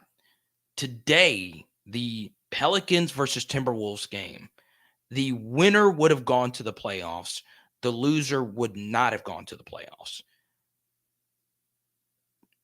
I would have loved that. Even though my team was on the wrong end of it and my team is getting into the playoffs, I don't like devaluing the regular season. But now you get more teams into the playoff with worse records, and you have this play-in game, which is very strange to begin with. And then you have teams still tanking to not get into the play-in game like the Dallas Mavericks did. It's not good. It is not good. It is not good for fans of the game. And you always have to know the risk if you go to a game at the end of the season. But it's not good if you're paying full price tickets to go see the team that you watch lose on purpose. You should never reward losing on purpose. It is nonsensical. I just don't think what happened in the new CBA is going to change any of that. I really don't. And once again, I haven't ever read the thing back to front.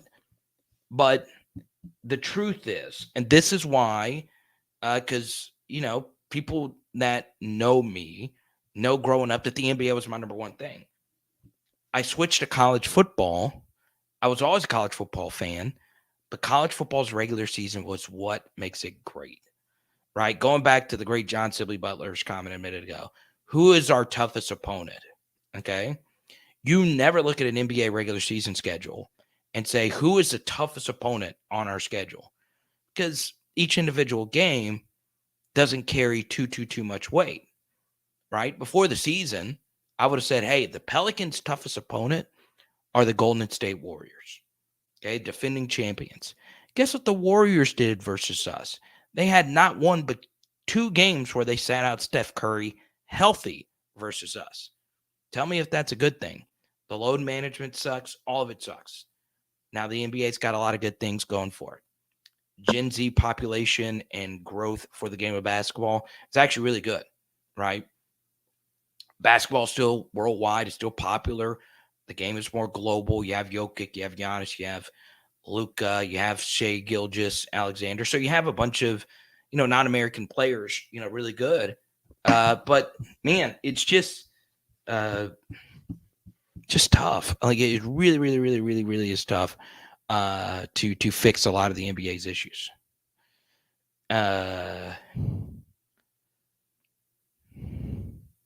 Since Griffith's taken over, we haven't finished above 9th in the standings.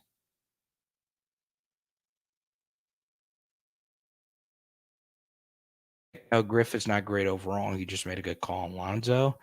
Yeah, and part of that is due to, injuries on Lonzo's end too. So, so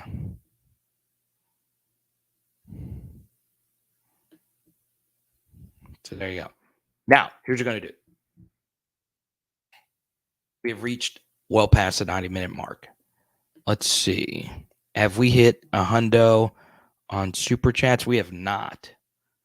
Let me see if I have this card over here. I'm pretty sure I do.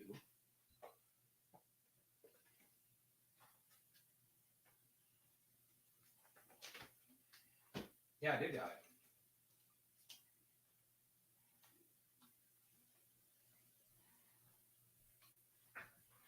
So, I do have it right here. I don't have it sleeved. I'll sleeve it. So I do on Easter Sunday have the Todd Kinchin God Rules card right here. And it's an on-card autograph. That is so clean. Look at the vibe here with Todd. Barehanded tight end. And that helmet looks a little big on him too. Okay. Not quite at the hundo mark to give it away though. I was looking for a hundo and Super Chats tonight. We can still get there though. We still can. Because in the next 5 minutes, I'm going to answer as many questions as we possibly can. But if you Super Chat, we'll keep this thing going all night. Okay? Oh, yeah. Put my sleeves over here. We'll set this over here. Jay Bramblett. You want to talk some Jay Bramblett? I'm down. I think he was actually there last night for a little bit.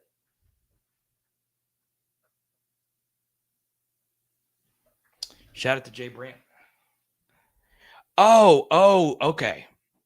So Todd Kinchin was a wide receiver. Brian Kitchen. Oh, okay. So I was getting him confused. Apologies to the Kinchin family. Like I said, please correct me on anything or correct me on anything if I have a flub. I think I actually have an autograph that says God Rules for him as well. I might have just grabbed the wrong one. I don't know.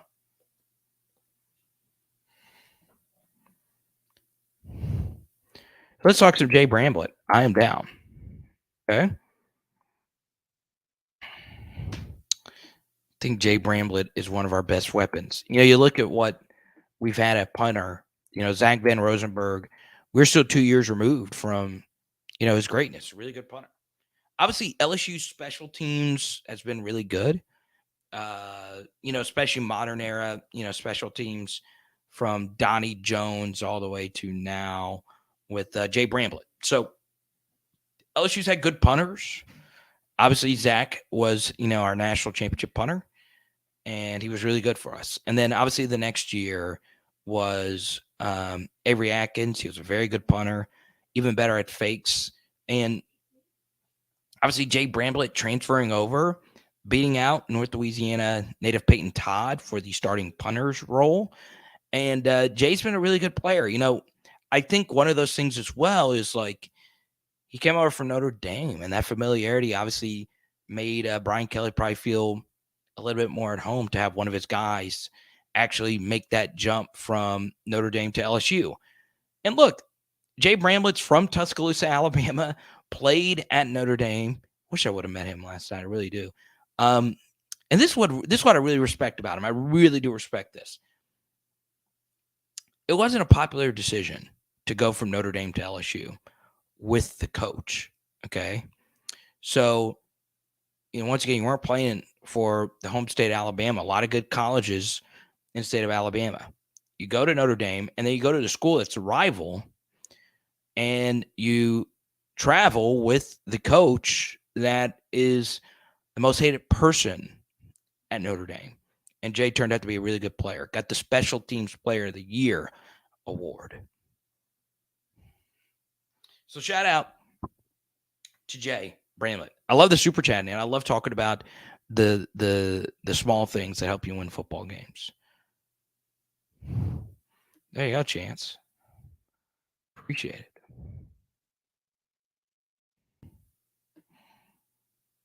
Okay. Would you be interested in doing a one-on-one call with me? 57% of you said yes. That's pretty cool.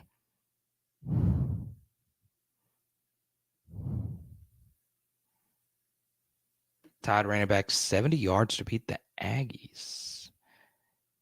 That's cool stuff.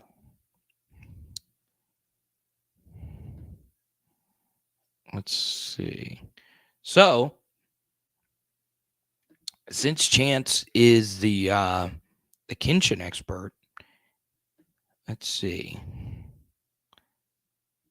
If we get to a hundo tonight, we're kind of close, not quite close, kind of sort of close, not quite there. If we get to $100 in super chat here in the next 5-ish minutes, obviously when you super chat, we'll just keep going. I'm going to send this card to Chance. Right? So we are getting close.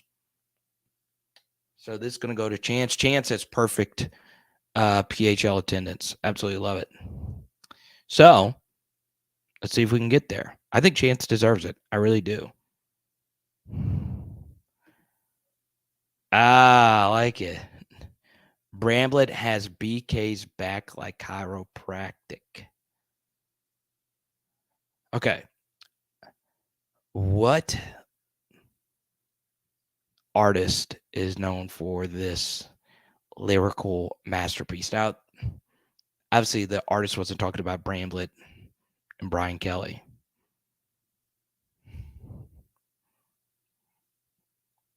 Let's see.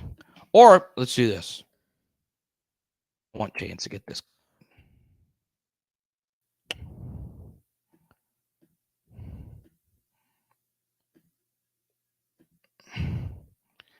Get PHL merch. PHL merch today, powerhourlsu.com/shop. We get some merch ordered. This card is going to Chance. Babbitt. He is getting the God Rules Kenshin card.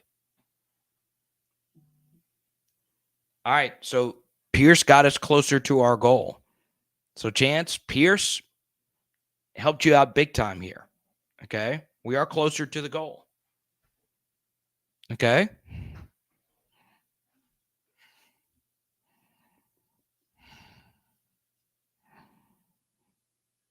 The TJ did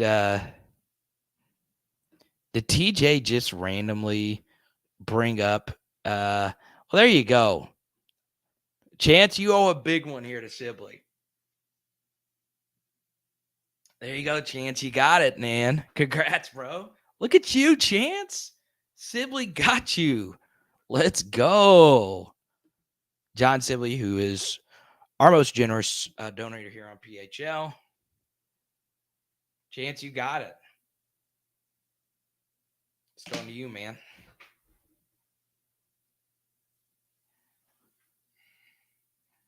Right here. It's one of my favorite cards. God Rules. You got the underline right here, too. That's going to you, Chance. Congratulations.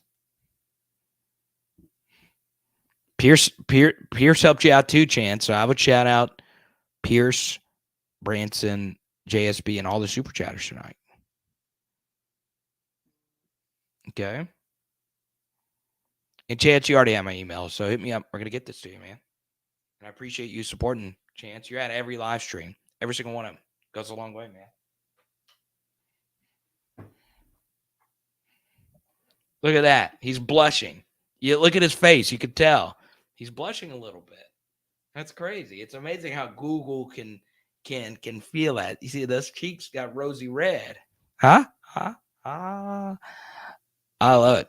So LA Mom wants to answer Vaughn's question. Who stays, leaves? Colin Hurley. Good to see you, Vaughn 1K. I think. Are you new? Let me know. I don't remember Vaughn 1K. So if you are, let me know. John Sibby, you get to pick the next topic. Anything under the sun. We'll happily talk about it. So congrats, Chance. Total strangers. Even though they're not strangers, we're all family here. I don't like to use that word too often unless it feels natural. A lot of you call PHL a family. I feel it's pretty natural. I feel like we all get along here. So, Chance, these people stepped up for you. It's good. It's good stuff. I like that. I'm kind of new. There you go.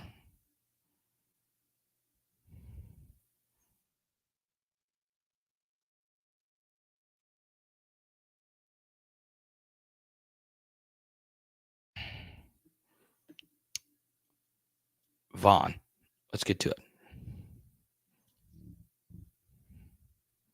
From BR. That's good, man. Well, I love answering first-timer questions. I really do, man. I hope you check out the Patreon, man. Small charge a month. Guess what? Get Discord access, get my extra film studies, all that good stuff. And, of course, get some PHL merch, man. What kind of ride are we sitting in? I'm interested. Let's talk about the quarterback competition with Nuss, Ricky, and Hurley. Oh, next year. So let's take Jaden out of the equation. So going into 2024, I'm going to guess this is going to be your quarterback room.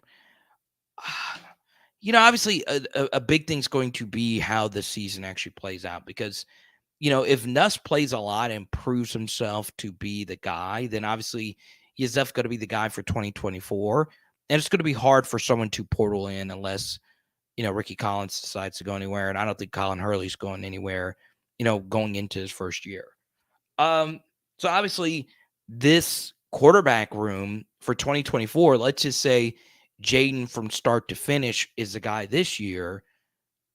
He's obviously going to go to the NFL. He can't come back. Then you are left with still kind of sort of unproven Nuss. It depends how much he plays this next year. Ricky and Colin. So the biggest question, Vaughn, obviously, and that's a lot of projecting going into next year. The biggest question is going to be who is that person going to actually be that would come in from the transfer portal? Okay.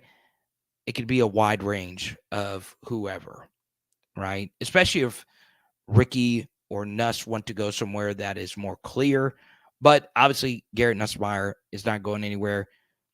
Colin Hurley is definitely not going anywhere. And I doubt Ricky Collins goes anywhere, right? So yeah, hopefully that answers your question. It's obviously a lot of projecting going into next year.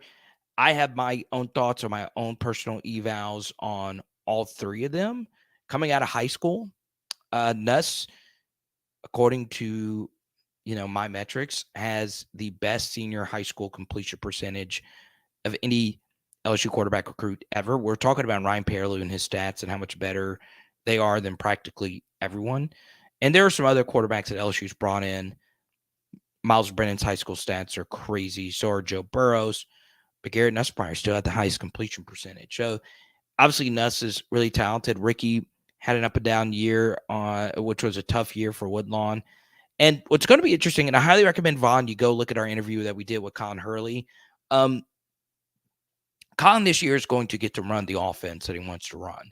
Last year, they had a 4-star back that was going to Florida and some other good backs. So they're a little bit more run-based. They still, spread you out and did some 5-wide stuff. But this next year, I think Colin's going to get to have full control over the offense, and let's see how he does with that.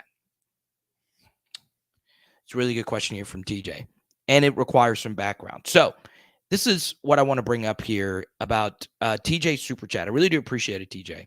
All right.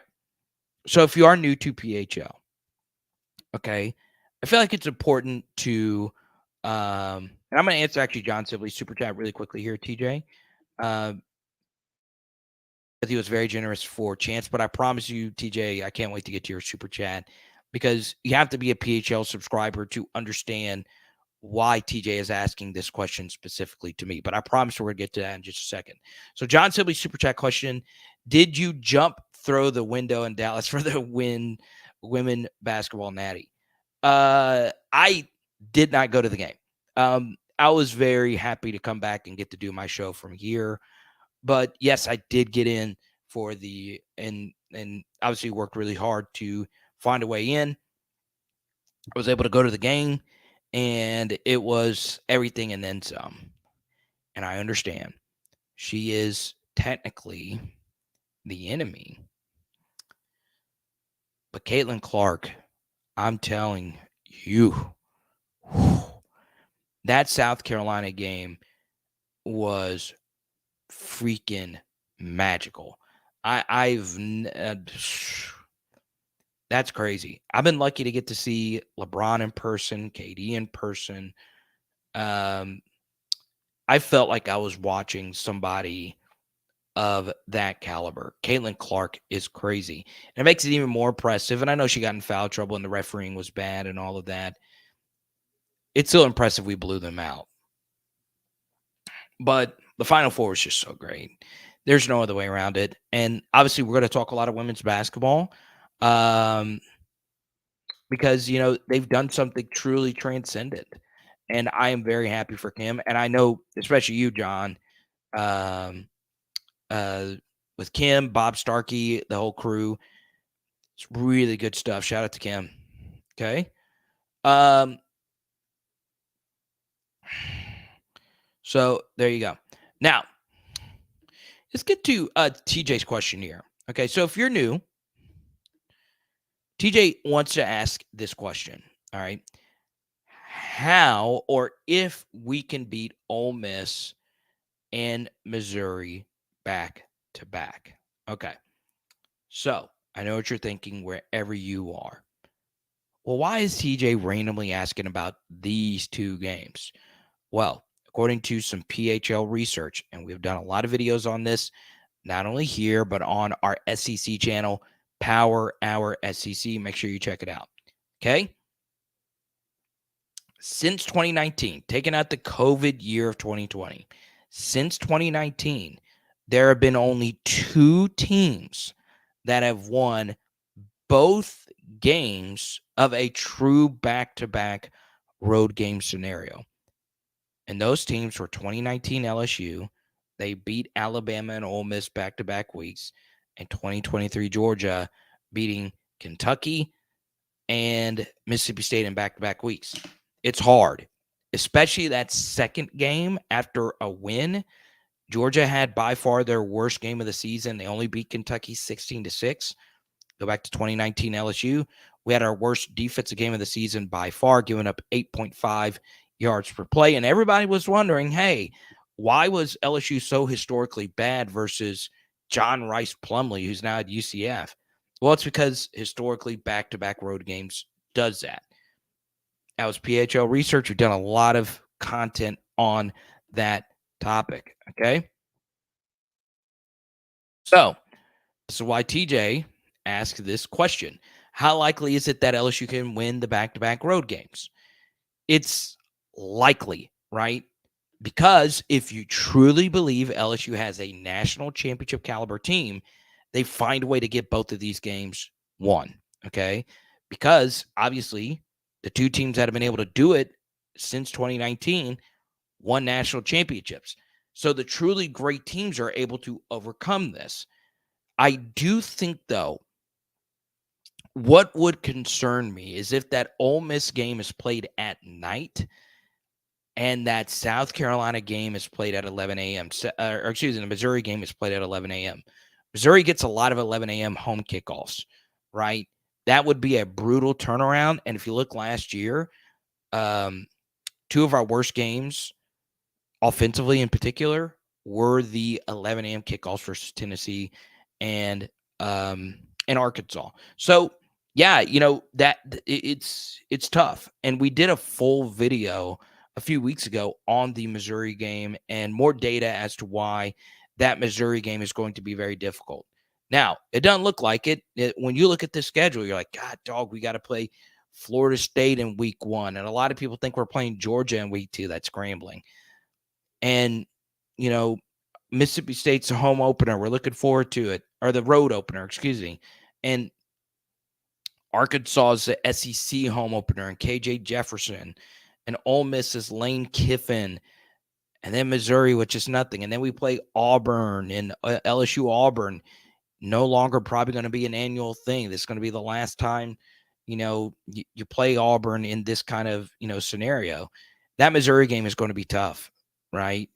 I think Missouri is a little undervalued. I do.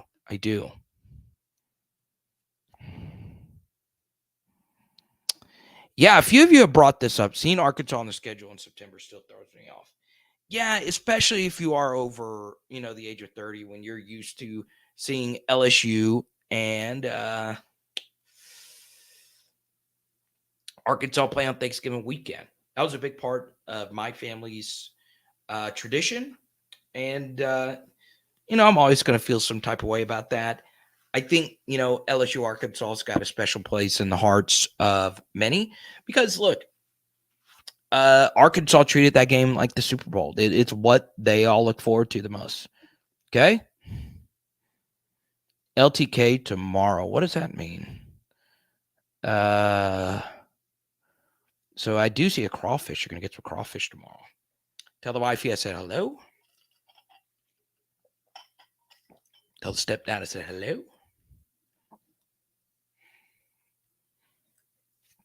Roger, good in a good way or good in a bad way? Are you saying good as in you think it's favorable? Or are you saying good as in you think it's like deep?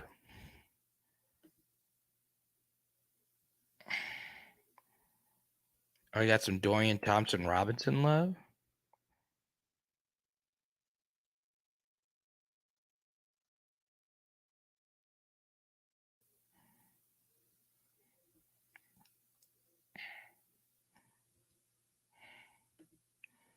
Oh, H-Town wants to talk some Haley Van Lith and her connection to Kim Mulkey. I'm down.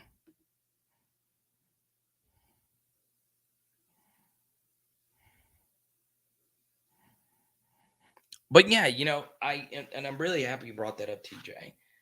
It's hard, okay? And I think, and I know I get philosophical about college football and what makes it truly special. I did a video on Power Hour SEC about how much I want the spring game to change. Man,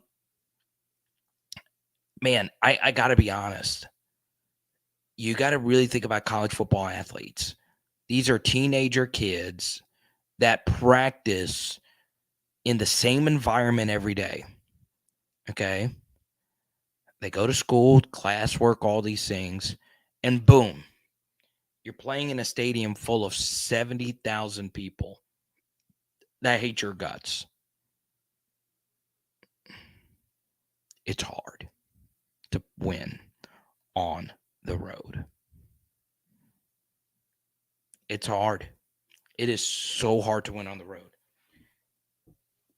I don't know why that is. You think it's the same game. It's the same football field. The dimensions, it's in baseball. The dimensions of every football field is the same. Now, the apparatus themselves is different, but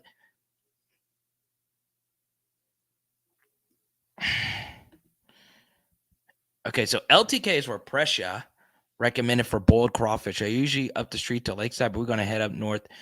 BR off Choctaw LTK Seafood. Well, Jordan, hit me up. I can connect you with the. Well, Jordan, I'll text you. I'll text you Aaron's number, and you could text him. He was in here earlier. Let me see. I can send it to you right now. I know Aaron's at work, but if you have any questions.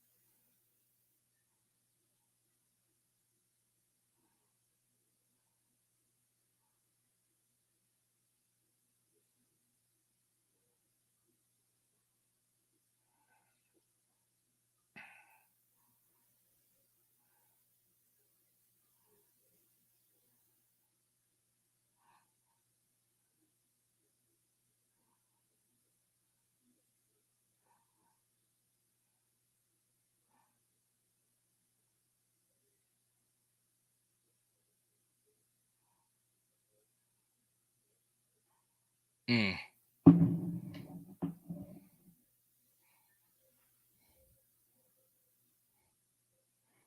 Oh, we got some Michaela Williams love in the chat. Hopefully, future PHL guest Michaela Williams. That's just so cool. That's so cool. I just love when North Louisiana gets it shone, baby. And they go to Baton Rouge and ball out. Let's go.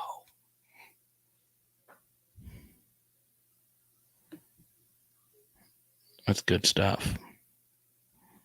Now, in the next 5 minutes, I'm going to answer as many questions as we possibly can. Jordan has been dropping some super chats. But Jordan has been very generous. Branson Cat's been very generous. Pierce has been very generous. But top super chatter this evening, once again, is the great John Sibley Butler. I really appreciate you, JSB. Appreciate your friendship, honestly. We have had some great phone conversations, some epic phone conversations. Okay.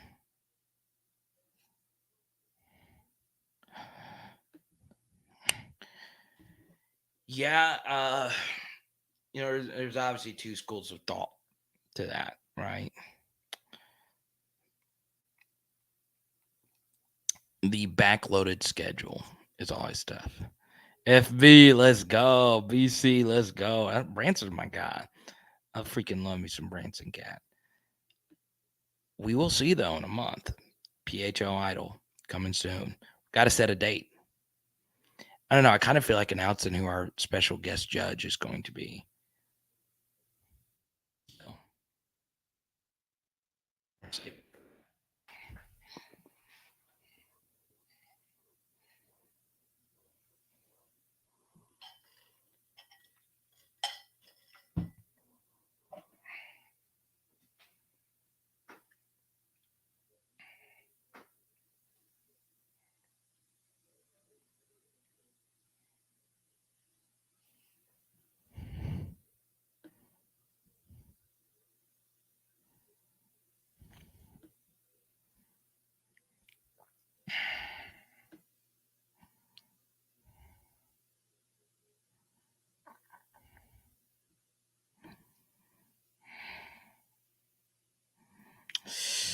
Yeah, but that's the thing, Roger, is like, and I'm sure you're mentioning the Ole Miss and Missouri back-to-back. Okay.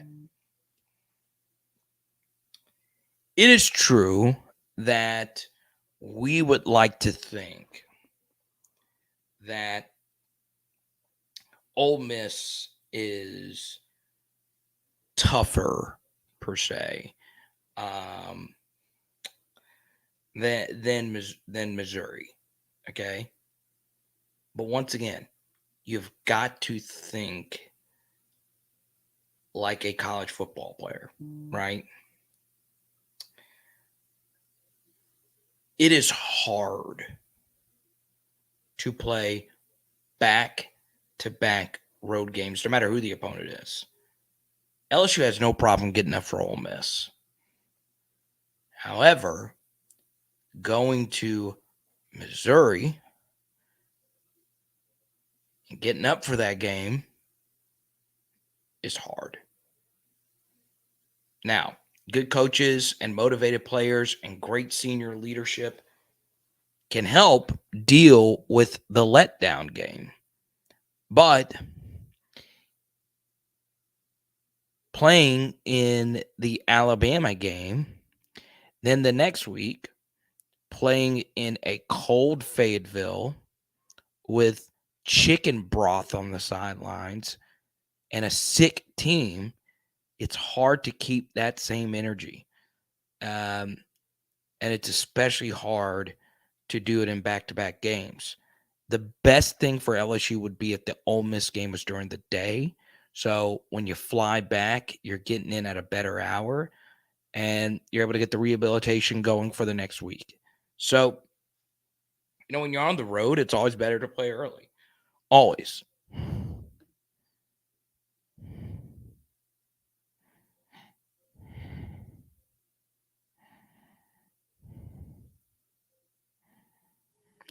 Yeah, I know, Branson, you can't really see all of them.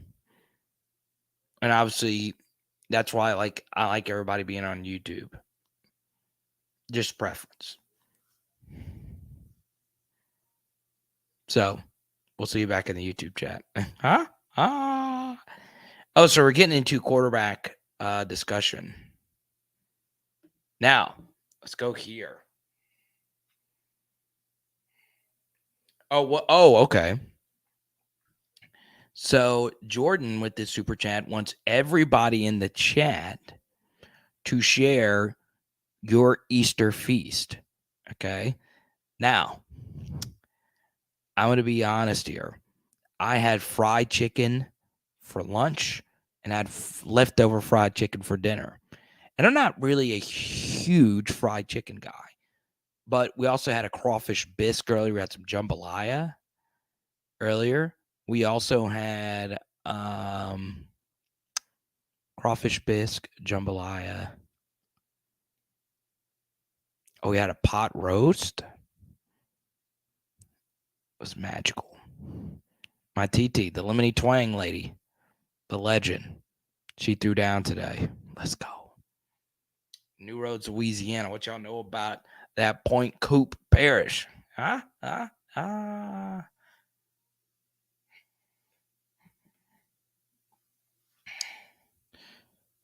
Something else is their quarterback is a dual threat.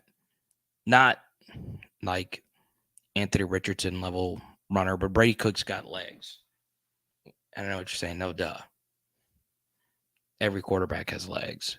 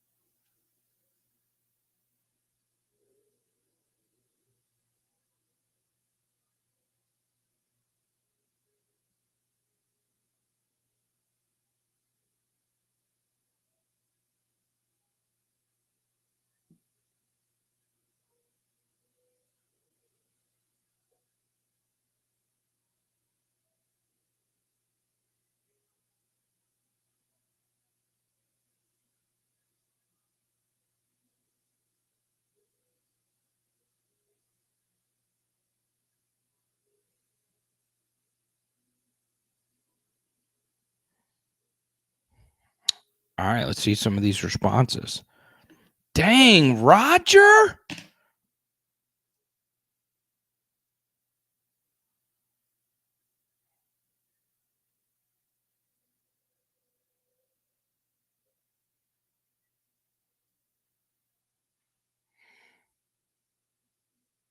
Really?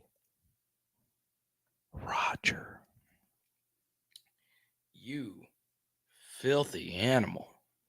Goodness gracious. Bacon wrapped filet mignon, baked beans and dirty rice, and a baked potato. Roger, are you kidding me? Jesus went to the Last Supper and it's like, hey, where's my bacon wrapped filet mignon? Man, this is unfair.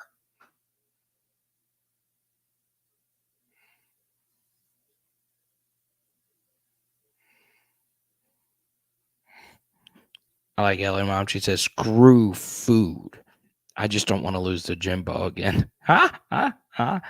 I love that. All right. Pierce is a foodie. Had a 3-foot long shrimp po' boy, some wings, and some leftover wedding cake. So, Pierce, I want to know if all these food items are left over from the wedding. And it wasn't your wedding. Who said you could get a to-go plate with the cake? Pierce? And why didn't you bring any of this cake to the PHL get-together last night? Jordan and Aaron, everybody that was there last night? I don't think Pierce is allowed to come to another PHL get-together. And we talked about sweets last night, and Pierce didn't bring cake. What's up, Buster? Let's go. Holding it down in the Grand Junction, baby. Let's go.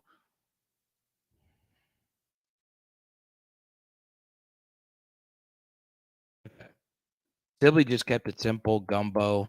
Can't be gumbo, man. Gumbo is...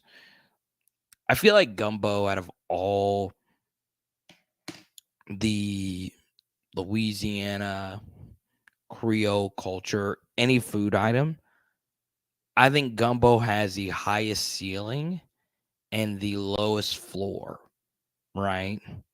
Gumbo is Anthony Richardson, right? It's got all the tools. It's got so much raw ability. You got the sausage, you got the root, you got the rice, you got the shrimp. And if everything works together, it's special. But gumbo also has really low upside, or a really low floor. It can be abysmal, right? So yeah, I think gumbo is in there. I think that's kind of good. I think that was a good analogy. I'll save that one. But yeah, I'm gonna be honest. I'm very skeptical of gumbo, just like at events. Like, I feel like gumbo is just better served for like a small like group of people. It's like a family. But if it's gumbo for the masses, that's a lot. It's a lot.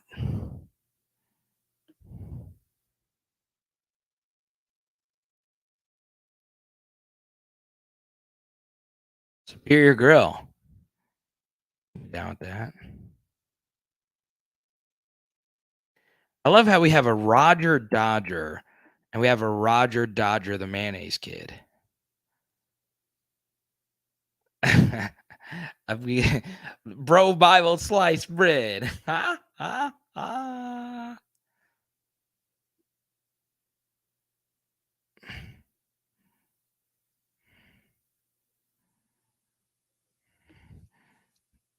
But like, I feel like jambalaya just is more consistent.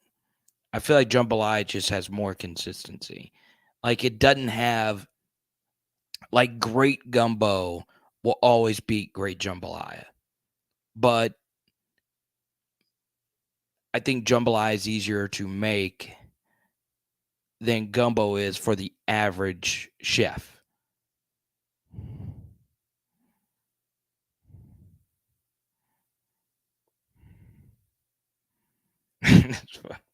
Have to be on a first name basis with your parents to even consider eating your gumbo. Yeah, it's honestly true. I'm just like it's just something I don't like to do, and I love gumbo. I do, I really do. But I mean, I gotta look at film. I gotta look at the EPA per play. I gotta look at the data. Who is your coach? What's your 40 time? I've got to know everything about who's making the gumbo.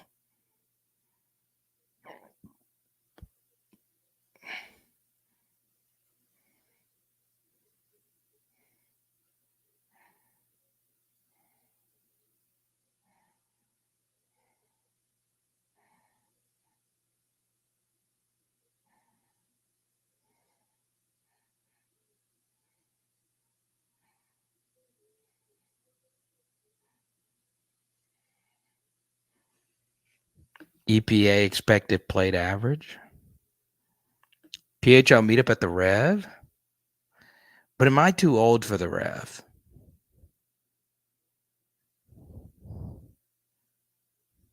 I don't know. Like, does my persona scream, let's get everybody to the Rev? Huh? I like the Rev, though. I do. Once again, extremely biased, so.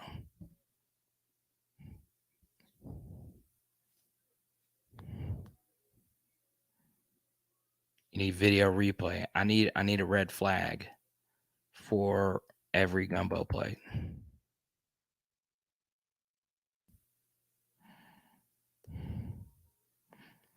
Yeah, Presh. I don't know. Me at the Rev? I actually do love the Rev. So I used to do, when I was doing country music, I would do my country music show from the Revelry in Ruston. So that's where it started. And so these very talented businessmen, my buddies, opened one in Baton Rouge. And I liked it. I really did.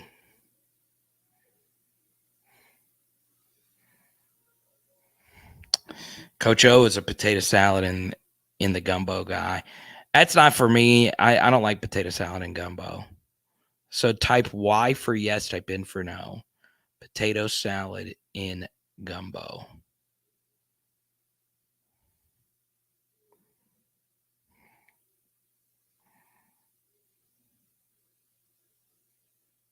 Type Y for yes.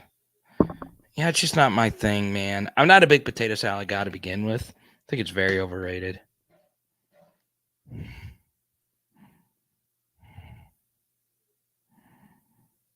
Sebastian Janikowski reference.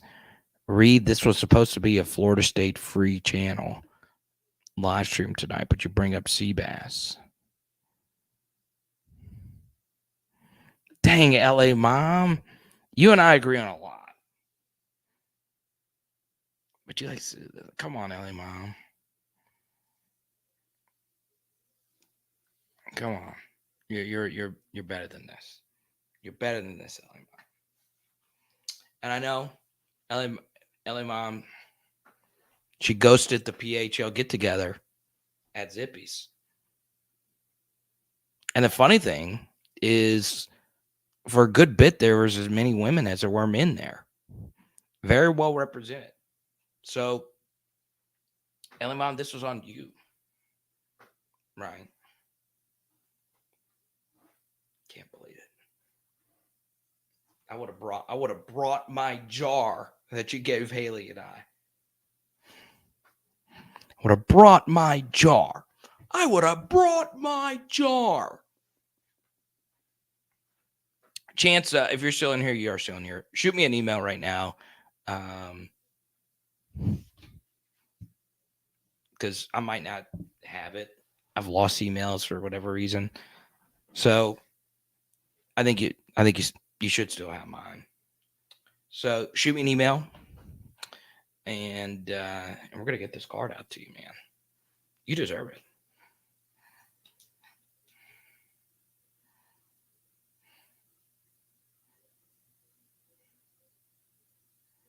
Thank you, Roger. I'm bashing potato salad, but I'm never watching again. But yeah, it doesn't belong in the gumbo. So, Roger, here's a big question for you. Does raisins belong in potato salad? Answer correctly. Roger.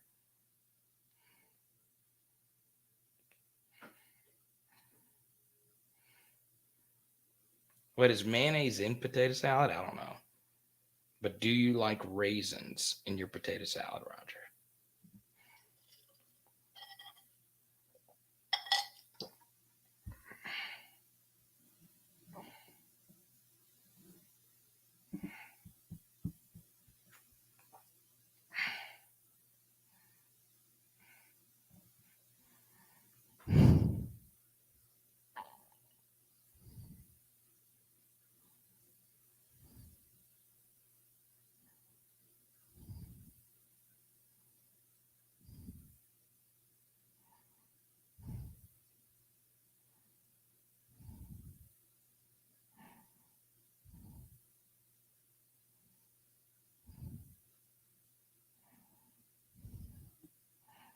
Thank you, Jared. I'm sorry I didn't call you back yesterday. Things got a little crazy. So I was in Ulta yesterday while Haley went on a makeup binge. And it was crazy in there because we went to the Ulta next to Dick's Sporting Goods, and it was after the Angel Reese signing. So there was just so many people. And I was like, I got to call Jared. And Haley was ready to go, so we left. Sorry, I did not call you back. That's me being a bad friend.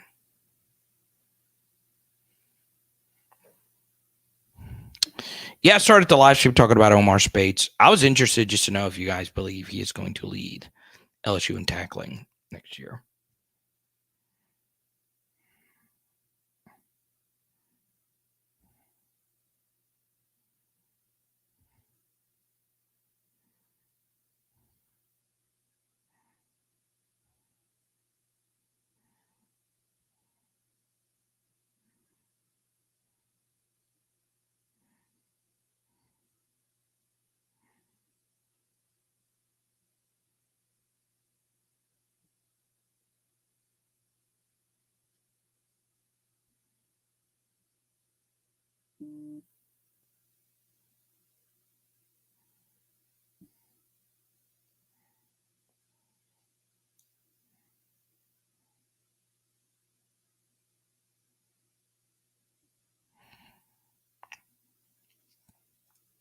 Oh, yeah. Oh, you got a busy Easter weekend, too.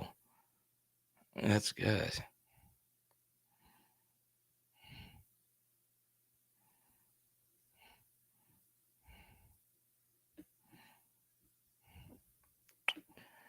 End of April. So coming up, not this next week. I believe the week after that. Or is it the week after that?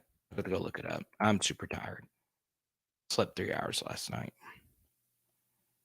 So there you go. Now, this was a fun live stream. To help grow this channel, I highly recommend you join the PHL Patreon. Okay. Big shout out to Mr. Manning. He is our latest PHL patron. Don't forget, get your PHL merch as well. Check out Power Hour SEC, get my general SEC content. I don't know what we have lined up for tomorrow. I'll probably do something on the SEC channel. And yeah, should be a good time. So please go to the Power Hour LSU merch shop. It goes a long way, and I appreciate each and every one of you. I really do. Okay, it is Power Hour LSU. Bam! Shout out to Ron Brooks. Had so much fun at his free speed camp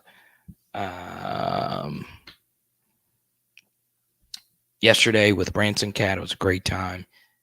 Shout out to Slade Roy. Very good to meet him in person. Very great, affable young man. And shout out to OMAR Speights. And PHL, we get to do more meetups. Okay, talk soon. Oh yeah, and tonight we're doing fried chicken. Let's go, baby. Let's go.